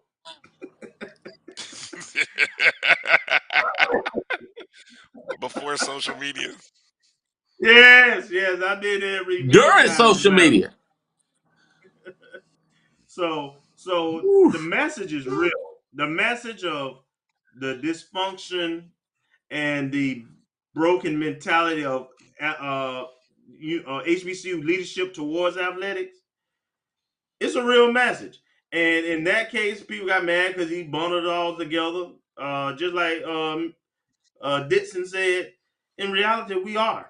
We all got our issues, got our problems. We all bundled together. If you look at the bottom 10% of the bottom 2% of budget, allocated budgets, FCS, it's all HBCU. We in the same boat. We all have issues, just some are more than others. So I don't want that message to be missed. And if you looked on social media, you saw other coaches speak, or administrators, or people who work at HBCUs. They responded similar. They was like, well, it is kind of jacked up. And for me, what COVID spoke to resonates, right? Is that the standard? FAMU models excellence with caring. Excellence with caring. So anything that's not excellent and anything that shows lack of care, we should be rejecting, we should be speaking up against, and we should be fixing, and we should have expectation of those in leadership who getting bonuses and 6 figures. We should have some daggum expectation of them. They should have to earn it. We shouldn't have to beg for an office to be clean or grass to be cut. Now we understand that's a reality, but why is HBCU alumni? Why are we okay with that? Well, it's HBCU. You got less to work with. Some of these things are choices we making. Some of it is not underfunding. Some of it is just a lack of care to make things better. And I will always reject that because I expect HBCUs and black people in general, my community, to represent themselves as kings and queens at all times and be leaders and be the best. And at least trying to be the best, right? I cannot accept mediocrity. I cannot accept defeatism. I cannot accept disrespect and leaving people behind. I can't accept that. I want to be the best with what we have. And we're not good stewards with what we have. We can make different choices. We can be better. We can cut a grass. We can clean our office. Come on, people. That's all I'm saying. Do not accept it. And don't get mad when people call it out. Everybody ain't like us. You know, everybody, that ain't the standard for everybody. And it really should be the standard for us. That bruh, again, you cannot have excellence if you don't care. You know, so let's start there. But again, this has got to stop. Continue to be desensitized to the point where mediocrity has become our standard, where our expectations are to be broke, busted, and disgusted. Our expectations are to nigger rig everything like, you know, that's what we're supposed to do. No, that's not what we're supposed to do. We don't have to nigger rig stuff. All the stuff that's around or even connected to the university, it should represent the highest standards. The highest standards, you know, and if we are quiet about it, it becomes, it's saying that we're accepting it, you know, control the things that you can control. And if you have a board of trustees, the whole point of the board of trustees is to bring more resources. That's what you're supposed to do, bring more resources. So my question is, y'all couldn't bring no more y'all couldn't bring no resources? Yeah. Y'all couldn't bring nothing to clean the man.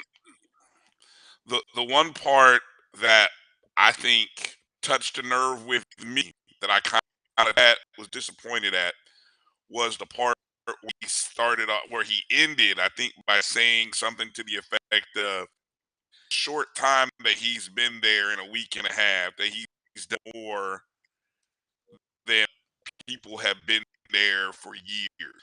Now, that was so open-ended. I don't know what he's implying. I wish more was given. But I thought that particular part was the only where it was disrespectful to the job and to the people who you are going to be leaning on to help move your program forward. Unless you bringing in everybody new to help work and build this thing, which I don't think doing, Ed Reed. I'm going to be leaning on a lot of people who apparently, you know, hadn't been doing anything. That was the only part that I thought was a little overboard. And it felt like, again, Ed Reed coming from this place of, I am who I am because I don't wait on others. Who wants something, I go do it.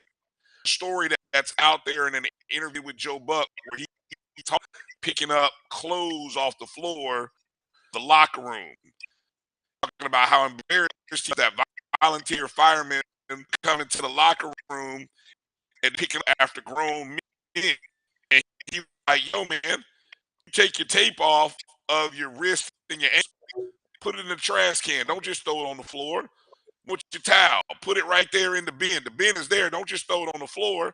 He felt embarrassed enough to say little things. So I get he's in this mindset of when he wants things done, he goes and does it.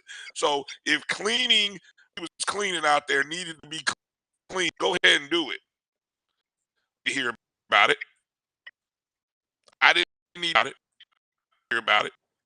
You upstairs, you're this.